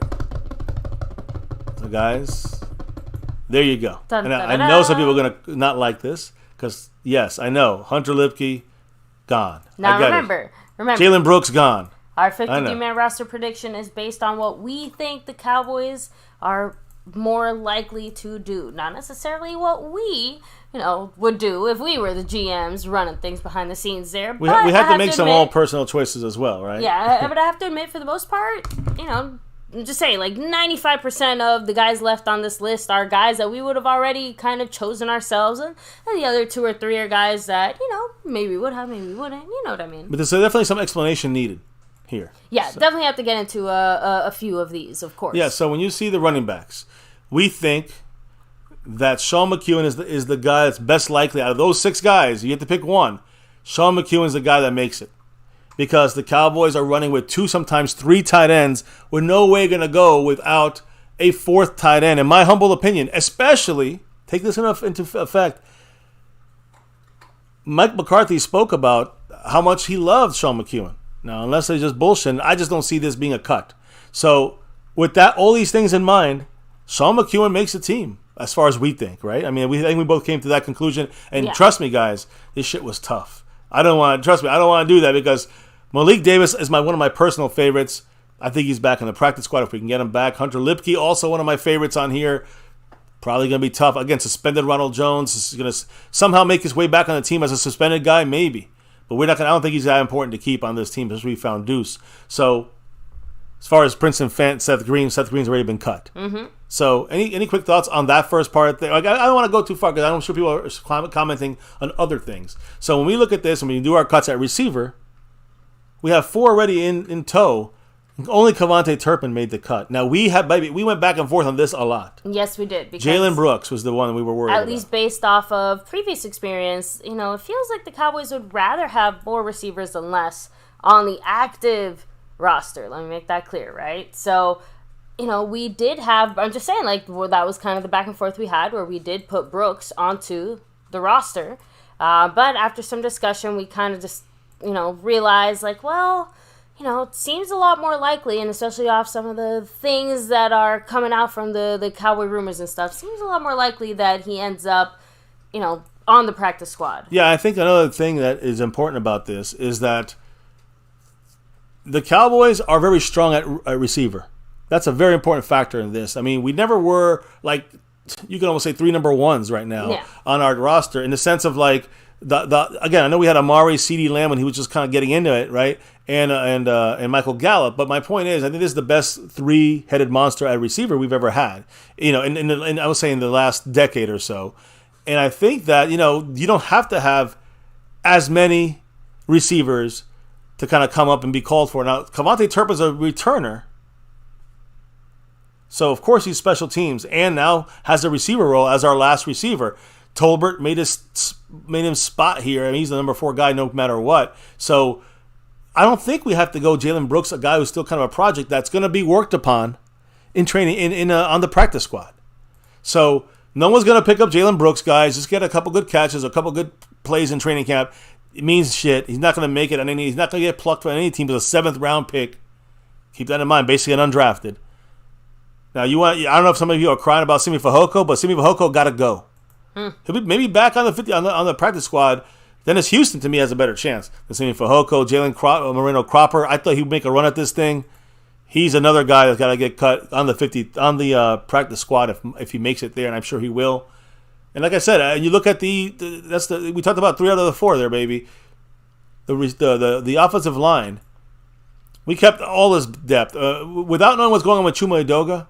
I think he might knock off. If let's say we got to put Chuma on this roster, baby, he knocks off Matt Farniok. Yeah, and that seems pretty straightforward because, again, the only reason that Farniok even made it is because Chuma's a little banged up right now. Yeah, so if Chuma goes out and comes back, kind of gets one of those guys that we use for a spot and then takes him away, Farniok will be back if on the practice squad, or he'll be back on this team in some way, but very late depth, I think.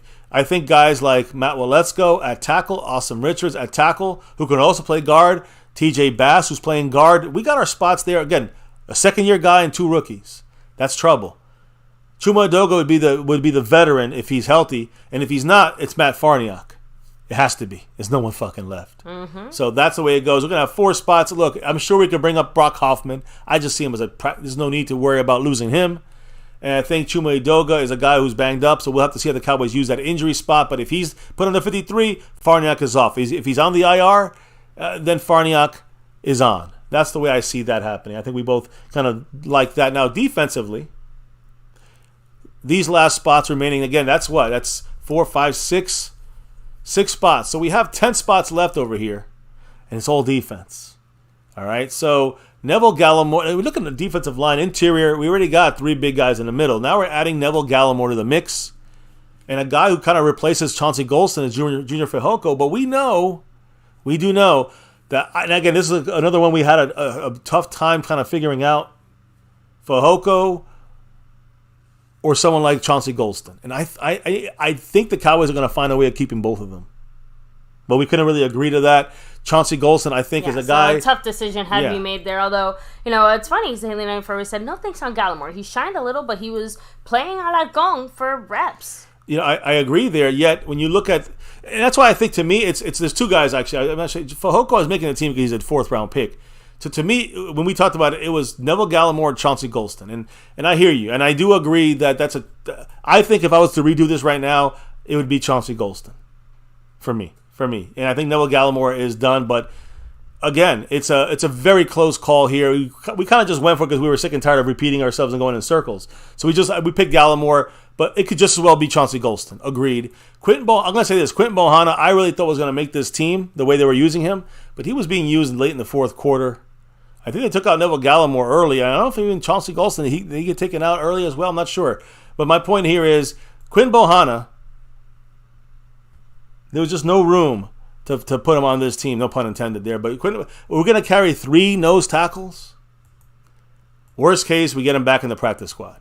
Now, this was one that I think we kind of came to an agreement with a little bit of discussion when it came to Isaiah Land. I also want to clarify here, lost in translation. So we're only discussing the players that, could or could not be on the team. Guys like Osa, he's definitely on the team. Well, yeah, no, exactly. I hope he caught us. Yeah, that's what I'm saying. I think he might have came. Yeah, you guys see here.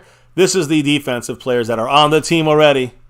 So don't get freaked out, guys. These are the 16 guys. These are guys that are like 100% making it. And these are the offensive guys that are 100% and special teams guys that are 100% making the team. Although, like I said, Trent Sieg and Brian Anger will be on the team, will be cut and then brought up back up. Definitely the long snapper, maybe Brian Anger as well. It doesn't matter. They come back no matter what. It's a vested veteran situation. So we get those guys back, but we get to move some guys into injured reserve that we may want to keep this year, like Josh Ball or like Nashawn Wright or like Chuma Edoga. So hey, lost. Hey, all good. Again, that's what we're here for. Yeah, and no, I know sorry, obviously as people hop in here, we just wanted to clarify because obviously if you're looking for a player and you're like, hey, where the heck is he? We're not talking about these guys. We know they're making it. There's nothing to talk about. We talk about them every day. But these are the guys that we had like the big questions about, and we had to pick 16. These are the 16 we chose. So back to the defensive line. Gallimore inside, who could play 3 tech. Isaiah Land, Junior Fehoko, who I think is just learning. They don't want to cut him because it's like somebody's going to pick him up just because he's a 4th-round pick, And then Isaiah Land, who's a surprise, I guess you can say. I think there's always one guy that you just kind of didn't really expect to make. And we know Deuce Vaughn, some people may think it's him. It wasn't me. But I think Isaiah Land is, to me, even though a guy I thought was going to do very well and definitely make the practice squad, I didn't think he'd crack into the 53 as not easily, but as well as he did. I just always say this to people. I know they fall in love with players. The only thing I have, and he might be the 53rd guy on this team. He's a player that you have to keep in mind played against a lot of 3rd and 4th stringers and did very well against them. Just keep that in mind. So that's the defensive line. We kept 3 more guys. When you add the 3 guys plus the actual base 7 and guys that we had already, and that's not including Micah Parsons, you got 10 defensive linemen along with the 11th guy, which is Micah Parsons. On offense, just so you guys know, on offensive line, we kept 9 offensive linemen, really 10 if you put there Chuma Edoga or Josh Ball is 11, if you look at him as our injured guys there coming back. So, again, the trenches are very important. The Cowboys love their trenches. That's why we locked it up with 11 on one side and 9 to 11 on the other side. That's where the Cowboys like to go. So, as we move on from the defensive line, we go to linebackers. Now, we only had 2 guys, LVE and Damone Clark, but we know Micah also is listed as a linebacker. I was going to say, this is where the Cowboys get a little bit cute, because obviously, does Micah play linebacker very often? No. Are we expecting Micah to play linebacker any more this year than last year? No, but they still call him that. No, but the Cowboys do still factor in Micah's linebacker flexibility when it comes to that linebacker depth and position, which is why I feel like so many people have been saying, hey, what about the depth at linebacker without some extra linebackers? And why the Cowboys have seemed pretty okay with just doing what they've been doing right now. And that's the thing. I want to make sure I make it clear. This is one of those other ones that's tough for me. Because Jabril Cox, I don't think is making this team. I think, if anything, you might see Cox out of here.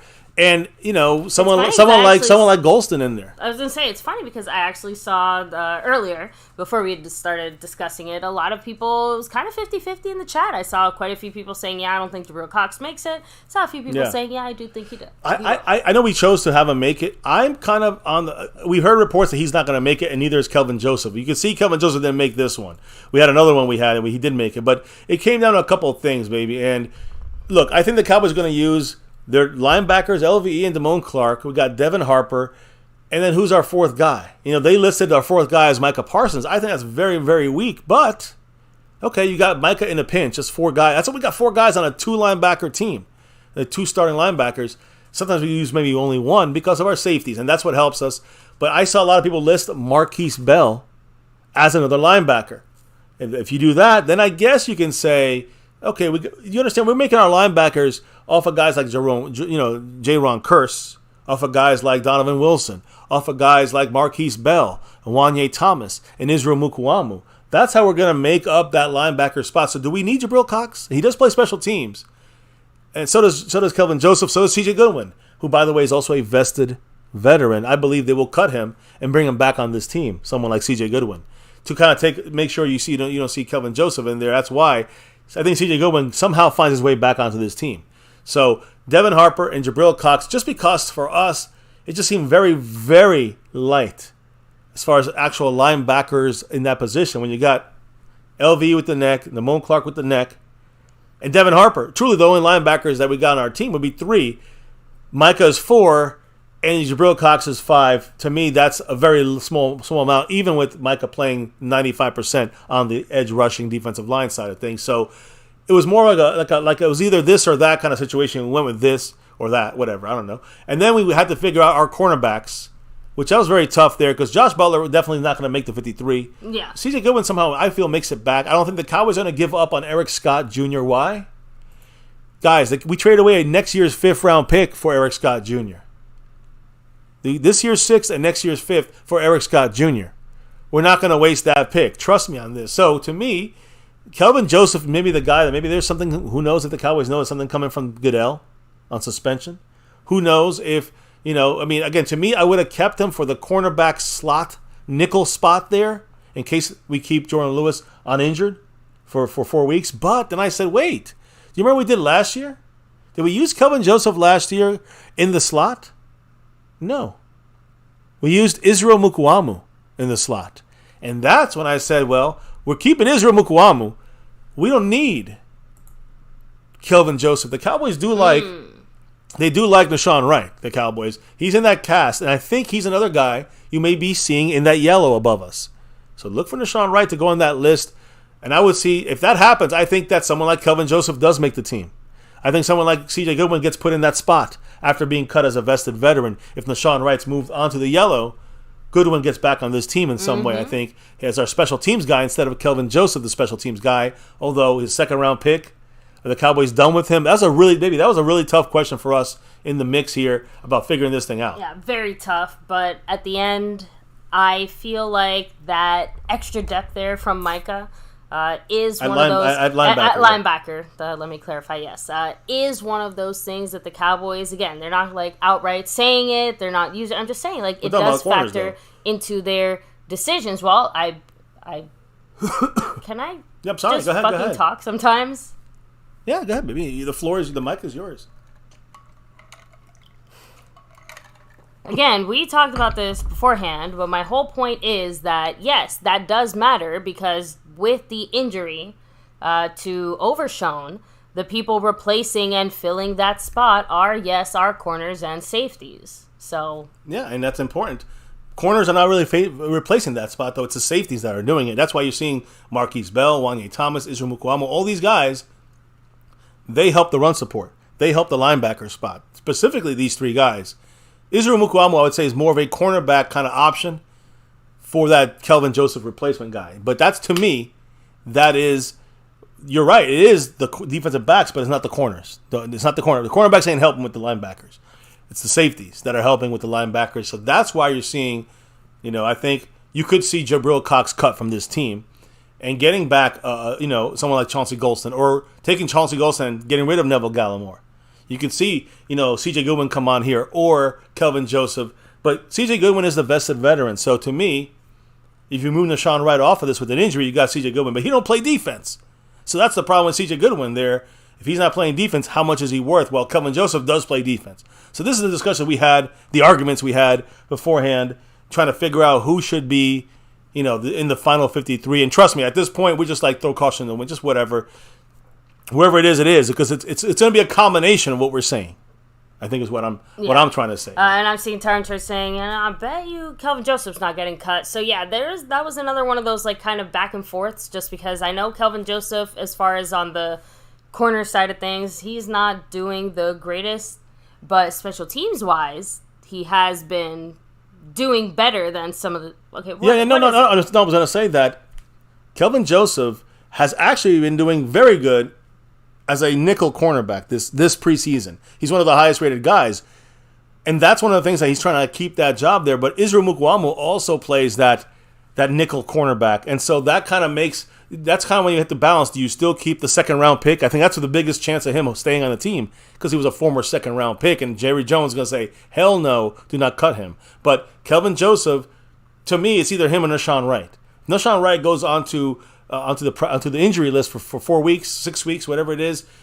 That's where you have room then to bring in or to keep someone like Kelvin Joseph. I mean, you could also bring in C.J. Goodwin, but like I said, he don't play defense. So to me, it's a really tough discussion. We had this discussion and we went in circles about this because Kelvin Joseph can do more than just special teams. Like he's viable in a backup situation while C.J. Goodwin is not. And that was but then again, I say this: C.J. Goodwin is a vested veteran. He's protected. If someone takes Kelvin Joseph, someone takes him. We can't do anything about that. And someone may take him and try to work with him as a project piece. That's another reason why I don't think we're going to let him go because he's a second round pick and someone's definitely scooping him up. Nashawn Wright, not so much. He can just go onto the injured list. C.J. Goodwin's a vested veteran. He'll probably find his way back on this team. It's crazy, right? It's a lot of different paths we can take with this. But at the finalization here, as you guys see the final safeties, it's a no-brainer there. Tyler Coyle goes, I'm assuming, to practice squad. Yeah, the safety side of things I think was a little solid. more straightforward. Yeah, we all agree on that. To Juan Thomas, who showed up, showed out, and is now part of the team. Deserves that spot. So Marquise Bell obviously now also has a much bigger role than initially expected, right? Like, looking at this roster, I was not going into the season thinking Marquise Bell, it's his time to shine. But, that's injuries create situations for players to step up and show what they've got. If you take Marquise Bell and even have the ability to still use Wanye Thomas, but if you use Marquise Bell, maybe Wanye Thomas as Jabril Cox, you can take Jabril Cox out of that list, right? You take Jabril Cox out, you could put in there, you could take Gallimore out as well as 2 spots opening, and you can stick in there, Golston, let's say. And then, if you take away, you take away Nashawn Wright on an injury situation, you keep Kelvin Joseph. So there's still ways of keeping all your guys on here, guys. Even maybe an open spot, you can throw in there Hunter Lipke if you really wanted to. I'm just saying, there's a lot of opportunity to keep our guys, and let's go to the final part of our roster breakdown. And this is the reason why this is most important, because I think the fans here have to understand that we're still going to see most of these guys that we cut, they're going to come back to the Cowboys. Let me explain. Let me show you the practice squad. Now, not every guy will come back. And you can see those little yellow asterisks. That's there because I think those are guys that are on the bubble. I would not be surprised if they make the 53. Let me put it that way. And I'm talking about Hunter Lipke, Jalen Brooks, Chuma Edoga, or Josh Ball. One of these guys are going on the injured list for a short time at least. So one of those guys might not. Maybe they both do. But if one does not, they're practice squad if they go through. If we cut these guys even, Chauncey Golston. I think he's definitely a 53 option possibility. One of the higher bubble guys on the 53. Kelvin Joseph and C.J. Goodwin, who again is a vested veteran. Those are my kind of. I think we discussed this. Those are our remaining favorite players. The only other guy I would add in there would be like a Malik Davis, because I really like him, but. I think he could be plucked off this team. I agree. The other guys you see 1, 2, 3, 4, 5, 6. I could see these guys, these 6 players you see on this list, somehow find their way back onto the 53, whether it's because of movements, suspensions, injuries, whatever it may be. And again, definitely back on the practice squad. I don't think anybody here gets poached. I think we get everyone back. I threw in there Isaac Alarcon just because, why not? He's a mainstay. He's a staple here, right? So, anybody think of anything wrong about these pickups? Anybody that I missed on these 16? I know you kind of gave your 2 cents. You kind of agreed, but I'm curious what the family thinks in the chat as well on these guys. Let me see here. Tyron Church saying, that he thinks that Wright is going to end up going on IR. Nashawn Wright, yeah. That's again, we're discussing it now, but we know that's possible. And that's going to move some things around, but yeah, that's going to open up other spots here for guys. So. Let me see here. Rolling back a little bit, Haley94 said, I do think Joseph stays because of special teams, plus he did have a good preseason. Yeah, and I think that's the reason, again, we were battling on that with the wife and I kind of liked Kelvin Joseph over Nashawn Wright. I thought his preseason was fine. I just personally did think he played better than Nashawn Wright, but now... I forgot that it was mainly injury related. So as far as like the preseason, I just thought that Kelvin Joseph showed up a little bit more. So again, but I'm kind of realizing, like I said, I'm realizing in hindsight, I'm like, it's probably an injury that he showed up to me a little bit more. Yeah, Nashawn Wright probably misses the first 6 weeks of the season. If we do that, I think we have no problem. And putting back Jordan Lewis on the 53. Think about that too, right? Jordan Lewis on the 53 is what will happen if we move this stuff around, do some housekeeping. It's going to be a million things going on tomorrow. We'll talk about it and break it down tomorrow night. G said in that case, Eric Scott makes a 53, plus he's only a rookie. I agree. And listen, again, every in our rookie, initial list is definitely why we had him on. We had him making the team here. If you can see, let me see here. We got it here. There it is. Here. When you see our last guys here, Eric Scott Jr. and Junior Fehoko make this team. Why? You might say, well, they don't deserve it. Probably don't. But Jerry Jones and his picks, they always get the priority. So, let me give you an example. Junior Fehoko is a 4th-round pick. There is no way in hell I don't see Jerry Jones cutting a 4th-round pick. Eric Scott Jr., I know, 6th-round pick. There's no way in hell I can see the Cowboys trading a 5th-rounder and a 6th-rounder to go up half a draft up to go grab Eric Scott Jr. and then cut him. That's not, You got to have to convince me about, you know what I'm saying? So that's why they made it. Did they deserve it? No. Did they make it because there's other reasons, the future and all this, they don't want them getting plucked or whatever? Yes. That's probably the bigger reason why they're not going to let these guys get picked up like that. Although, I will say this. If anybody's going to be taking a chance with there, it would be Eric Scott Jr. because he was a guy that the Cowboys went up to get specifically who might have been, I don't know if he would have been taken by another team, but if there's that one team still wants him, they might take him. So Cowboys, I got to be smart about who they cut and how they cut and which guys can come through to them. I don't think anybody, and I don't, no offense here, but I don't think anybody's looking for... See, I think someone might take someone like Malik Davis. He has some value there at running back. But Hunter Lipke is a fullback, and they're not breaking down the doors. Jalen Brooks, a 7th-round guy who didn't show that much.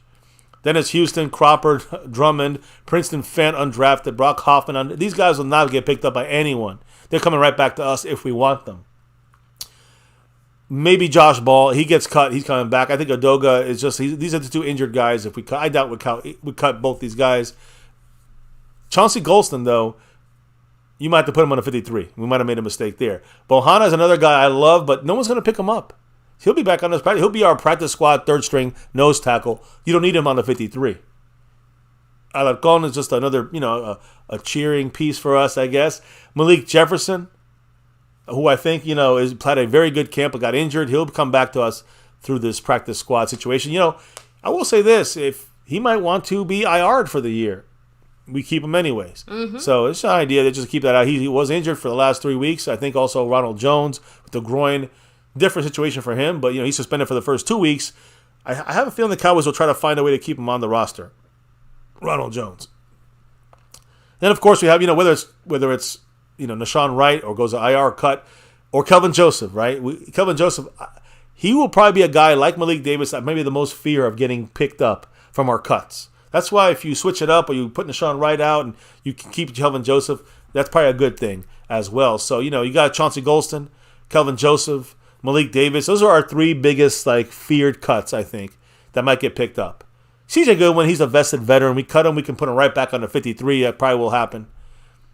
And Tyler Coyle, who will go back to our practice squad. So that is, I think, as good as you can get. I really had an extra spot open. Isaac Alarcon, he's done so much in his 3 years here to go from where he was and playing offense and defensive line. It's still showing out. So, he definitely is a project that we can still call him that, even though he's probably will never be more than what he is now, right? So, but at least he's a guy. But I really had an extra spot in this team. If we have anything that's like someone's left over that first list, and maybe they cut him and they were injured, and they're okay now. Like Ronald Jones, he might come back on this list as a practice squad guy. So a lot of opportunities and options for the cuts. Don't fret. I think we're fine in getting most of these guys back. What are the families saying there, baby, on this practice squad? I guess you could say the guys that we missed out on having to cut, picking them back up. What do you guys think? I'm not sure about who exactly you mean, but he said he's still alive. So, like I said, I'm not exactly sure who is the one who's still alive. But, I mean, again, as far as the practice squad here, going into some of the other earlier comments, I had very tough decisions here. I know almost every single year we do have, like, a few of these, like, injury situations or whatever. But, like I said, I think one of the things that makes this year particularly difficult is the positions that we're looking at specifically to maybe add one or two helping hands, right? I mean, offensively, it's really just a matter of, do the Cowboys want 5 or 6 receivers? Do they want 3 or 4 tight ends? You know, that to me is very straightforward offensively. But when it comes to the defense, man, there's just so many different ways that we can go about this. And every single one of these guys kind of gives us something a little bit different. And it's a little bit tough. Obviously, these are just like our initial thoughts here. I have a feeling that this is where we're going. Like, our practice squad is probably going to be where we end up looking the most incorrect, just because, you know, not incorrect, but just, you know, there's going to be a lot of differences. Exactly, there's going to be a lot more differences here just because of a few of those things. But honestly, there's 2 or 3 guys that I think, like, for example, Golston. Yep. I know we kind of already touched on this already, but yeah, Kelvin Joseph is another one. So many, yeah.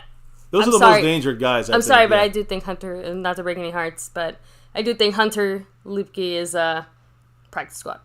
Just throwing that out there because I know there's lots of love for him in general. Yeah, I know, but I think McEwen made it. For me, I wasn't sure, but I think McEwen made it a nail in the coffin once McCarthy said that about him being the tight end. Basically, we're going with extra tight ends. We can go to extra running back.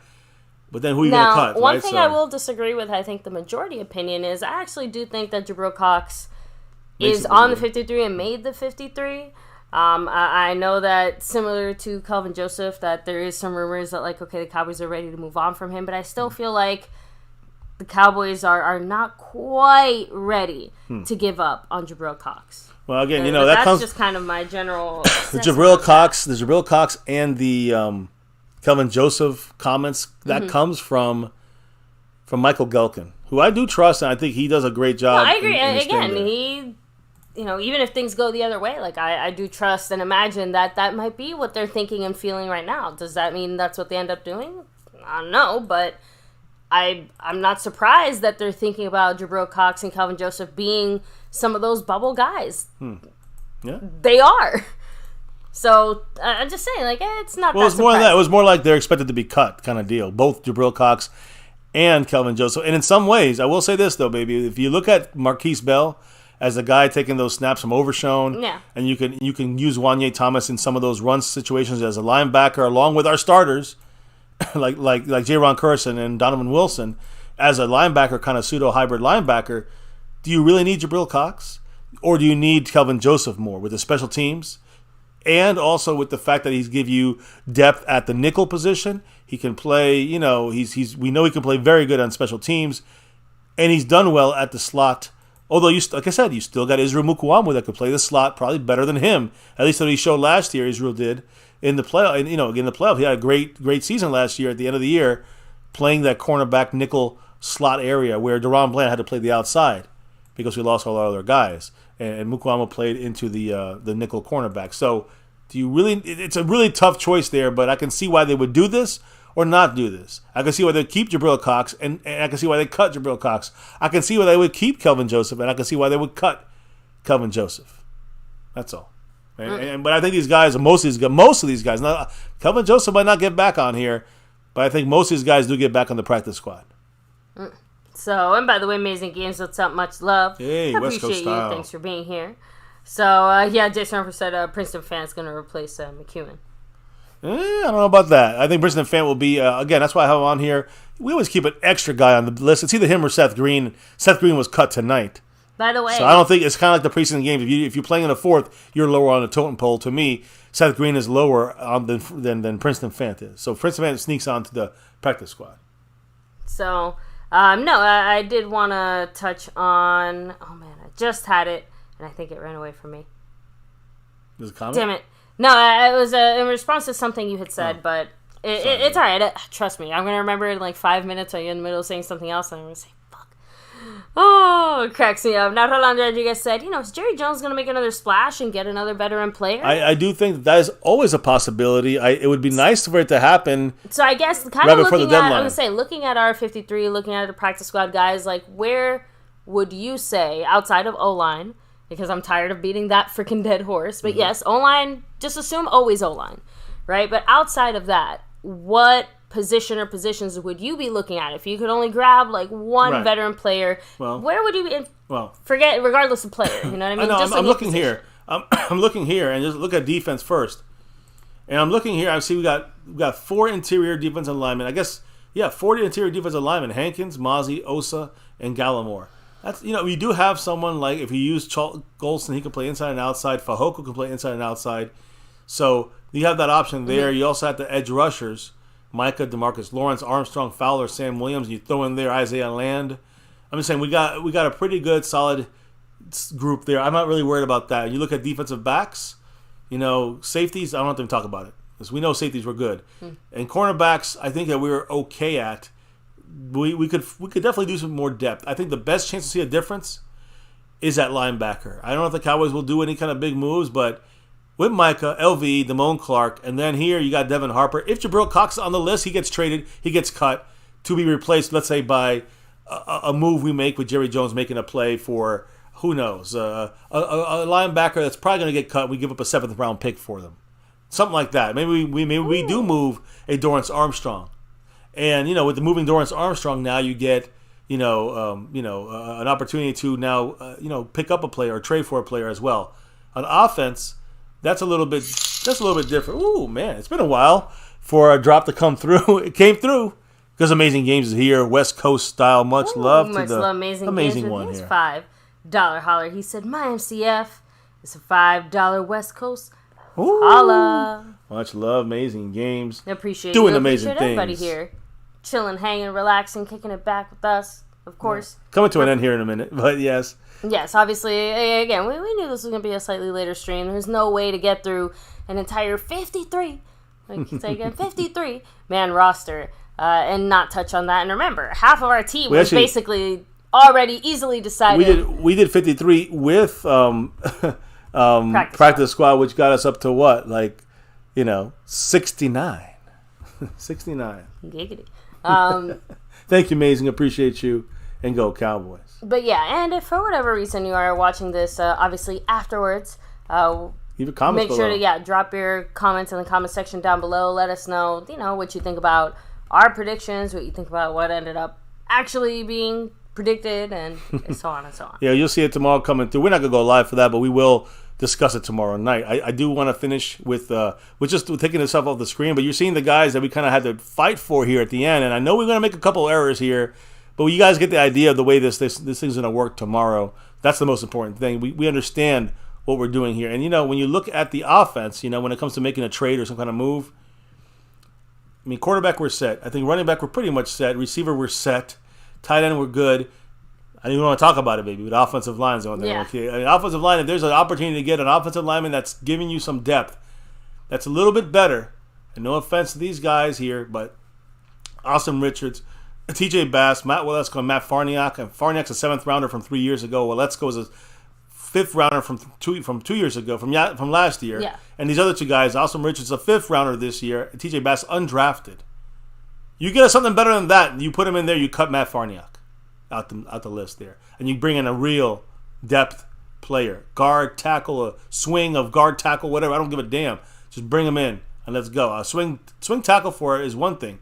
Can he play guard as well? That's the other thing. So a lot of things to discuss, but that's our crew right now, and that's what it's going to look like, for our defense, for our offense, for us here at MCF.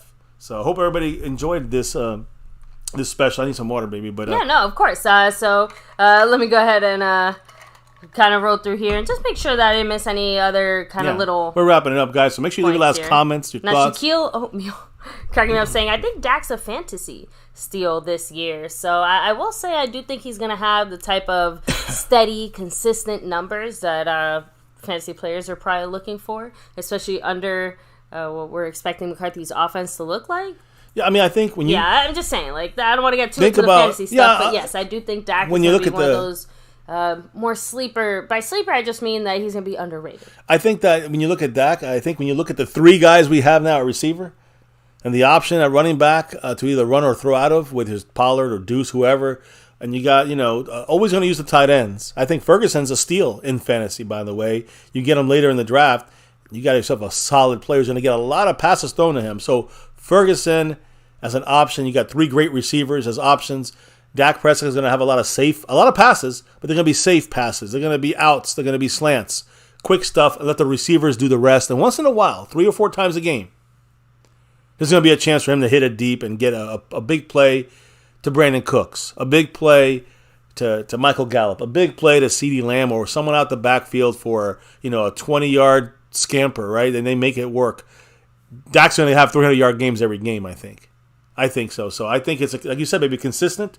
I agree. I think it's going to be a lot of consistency. We're going to have some running, but we're also going to, incorporate this. Some of the runs on first down are going to be passes, and that's where Dak gets those yards. So we're not really doing fantasy this year, but I'll probably do it somewhere for fun, just for bull crap reasons. But yes, I think Dak is another sleeper pick, kind of like you said, in mid rounds of fantasy for quarterbacks. So, and Brandon James, enjoy your Florida vacation. Although rough week with the hurricane and all, so make sure you stay safe. Yeah, tropical storm hurricane coming, hitting land tomorrow night, I guess you could say, Tuesday night to Wednesday morning.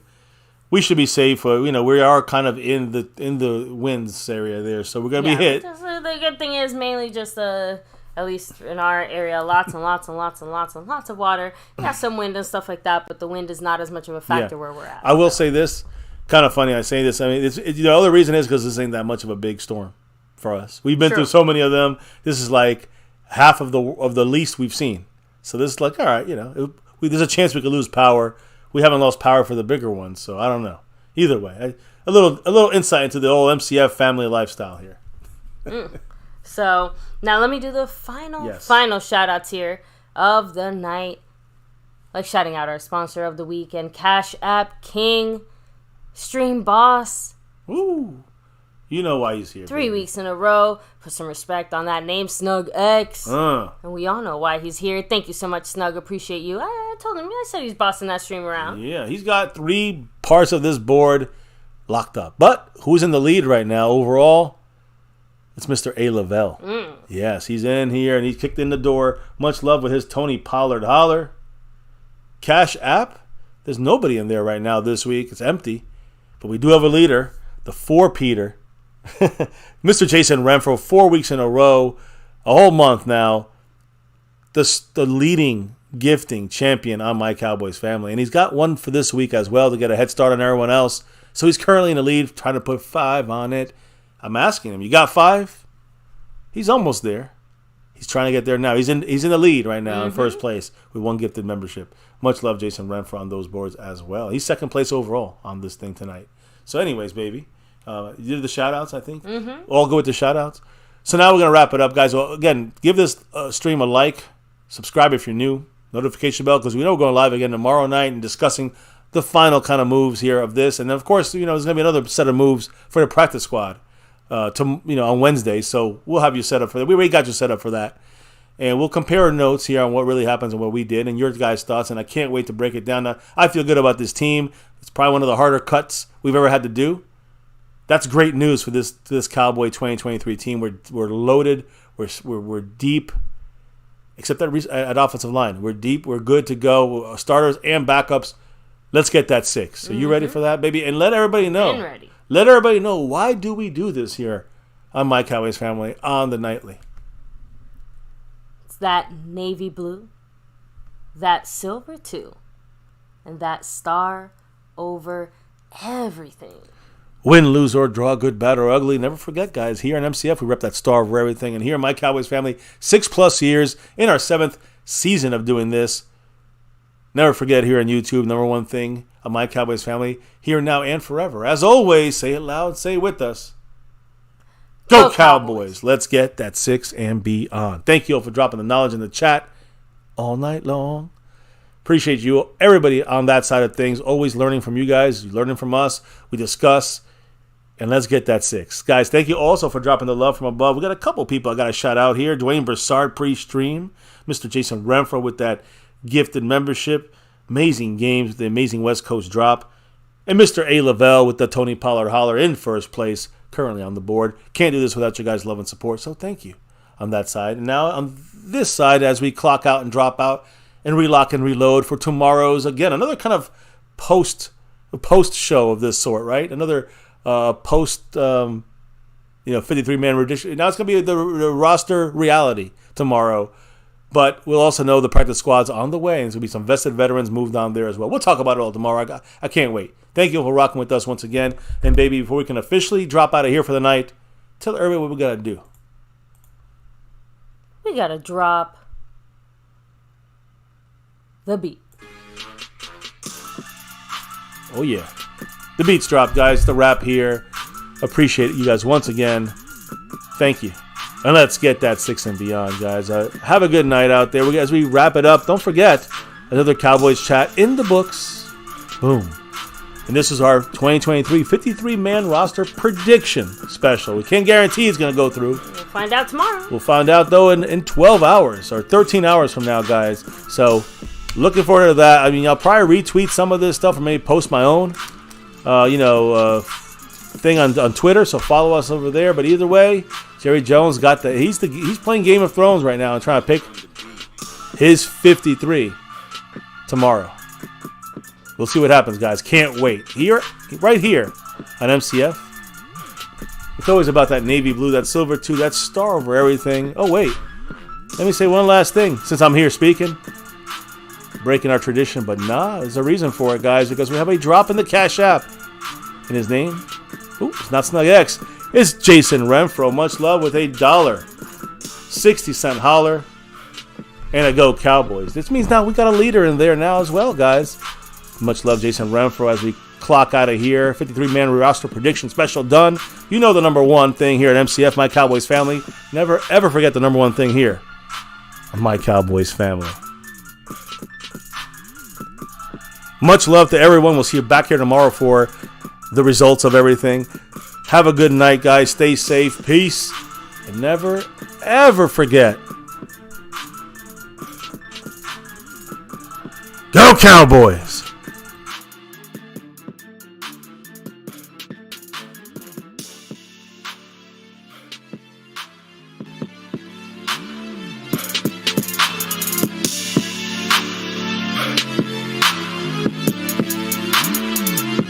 Monk on the beat.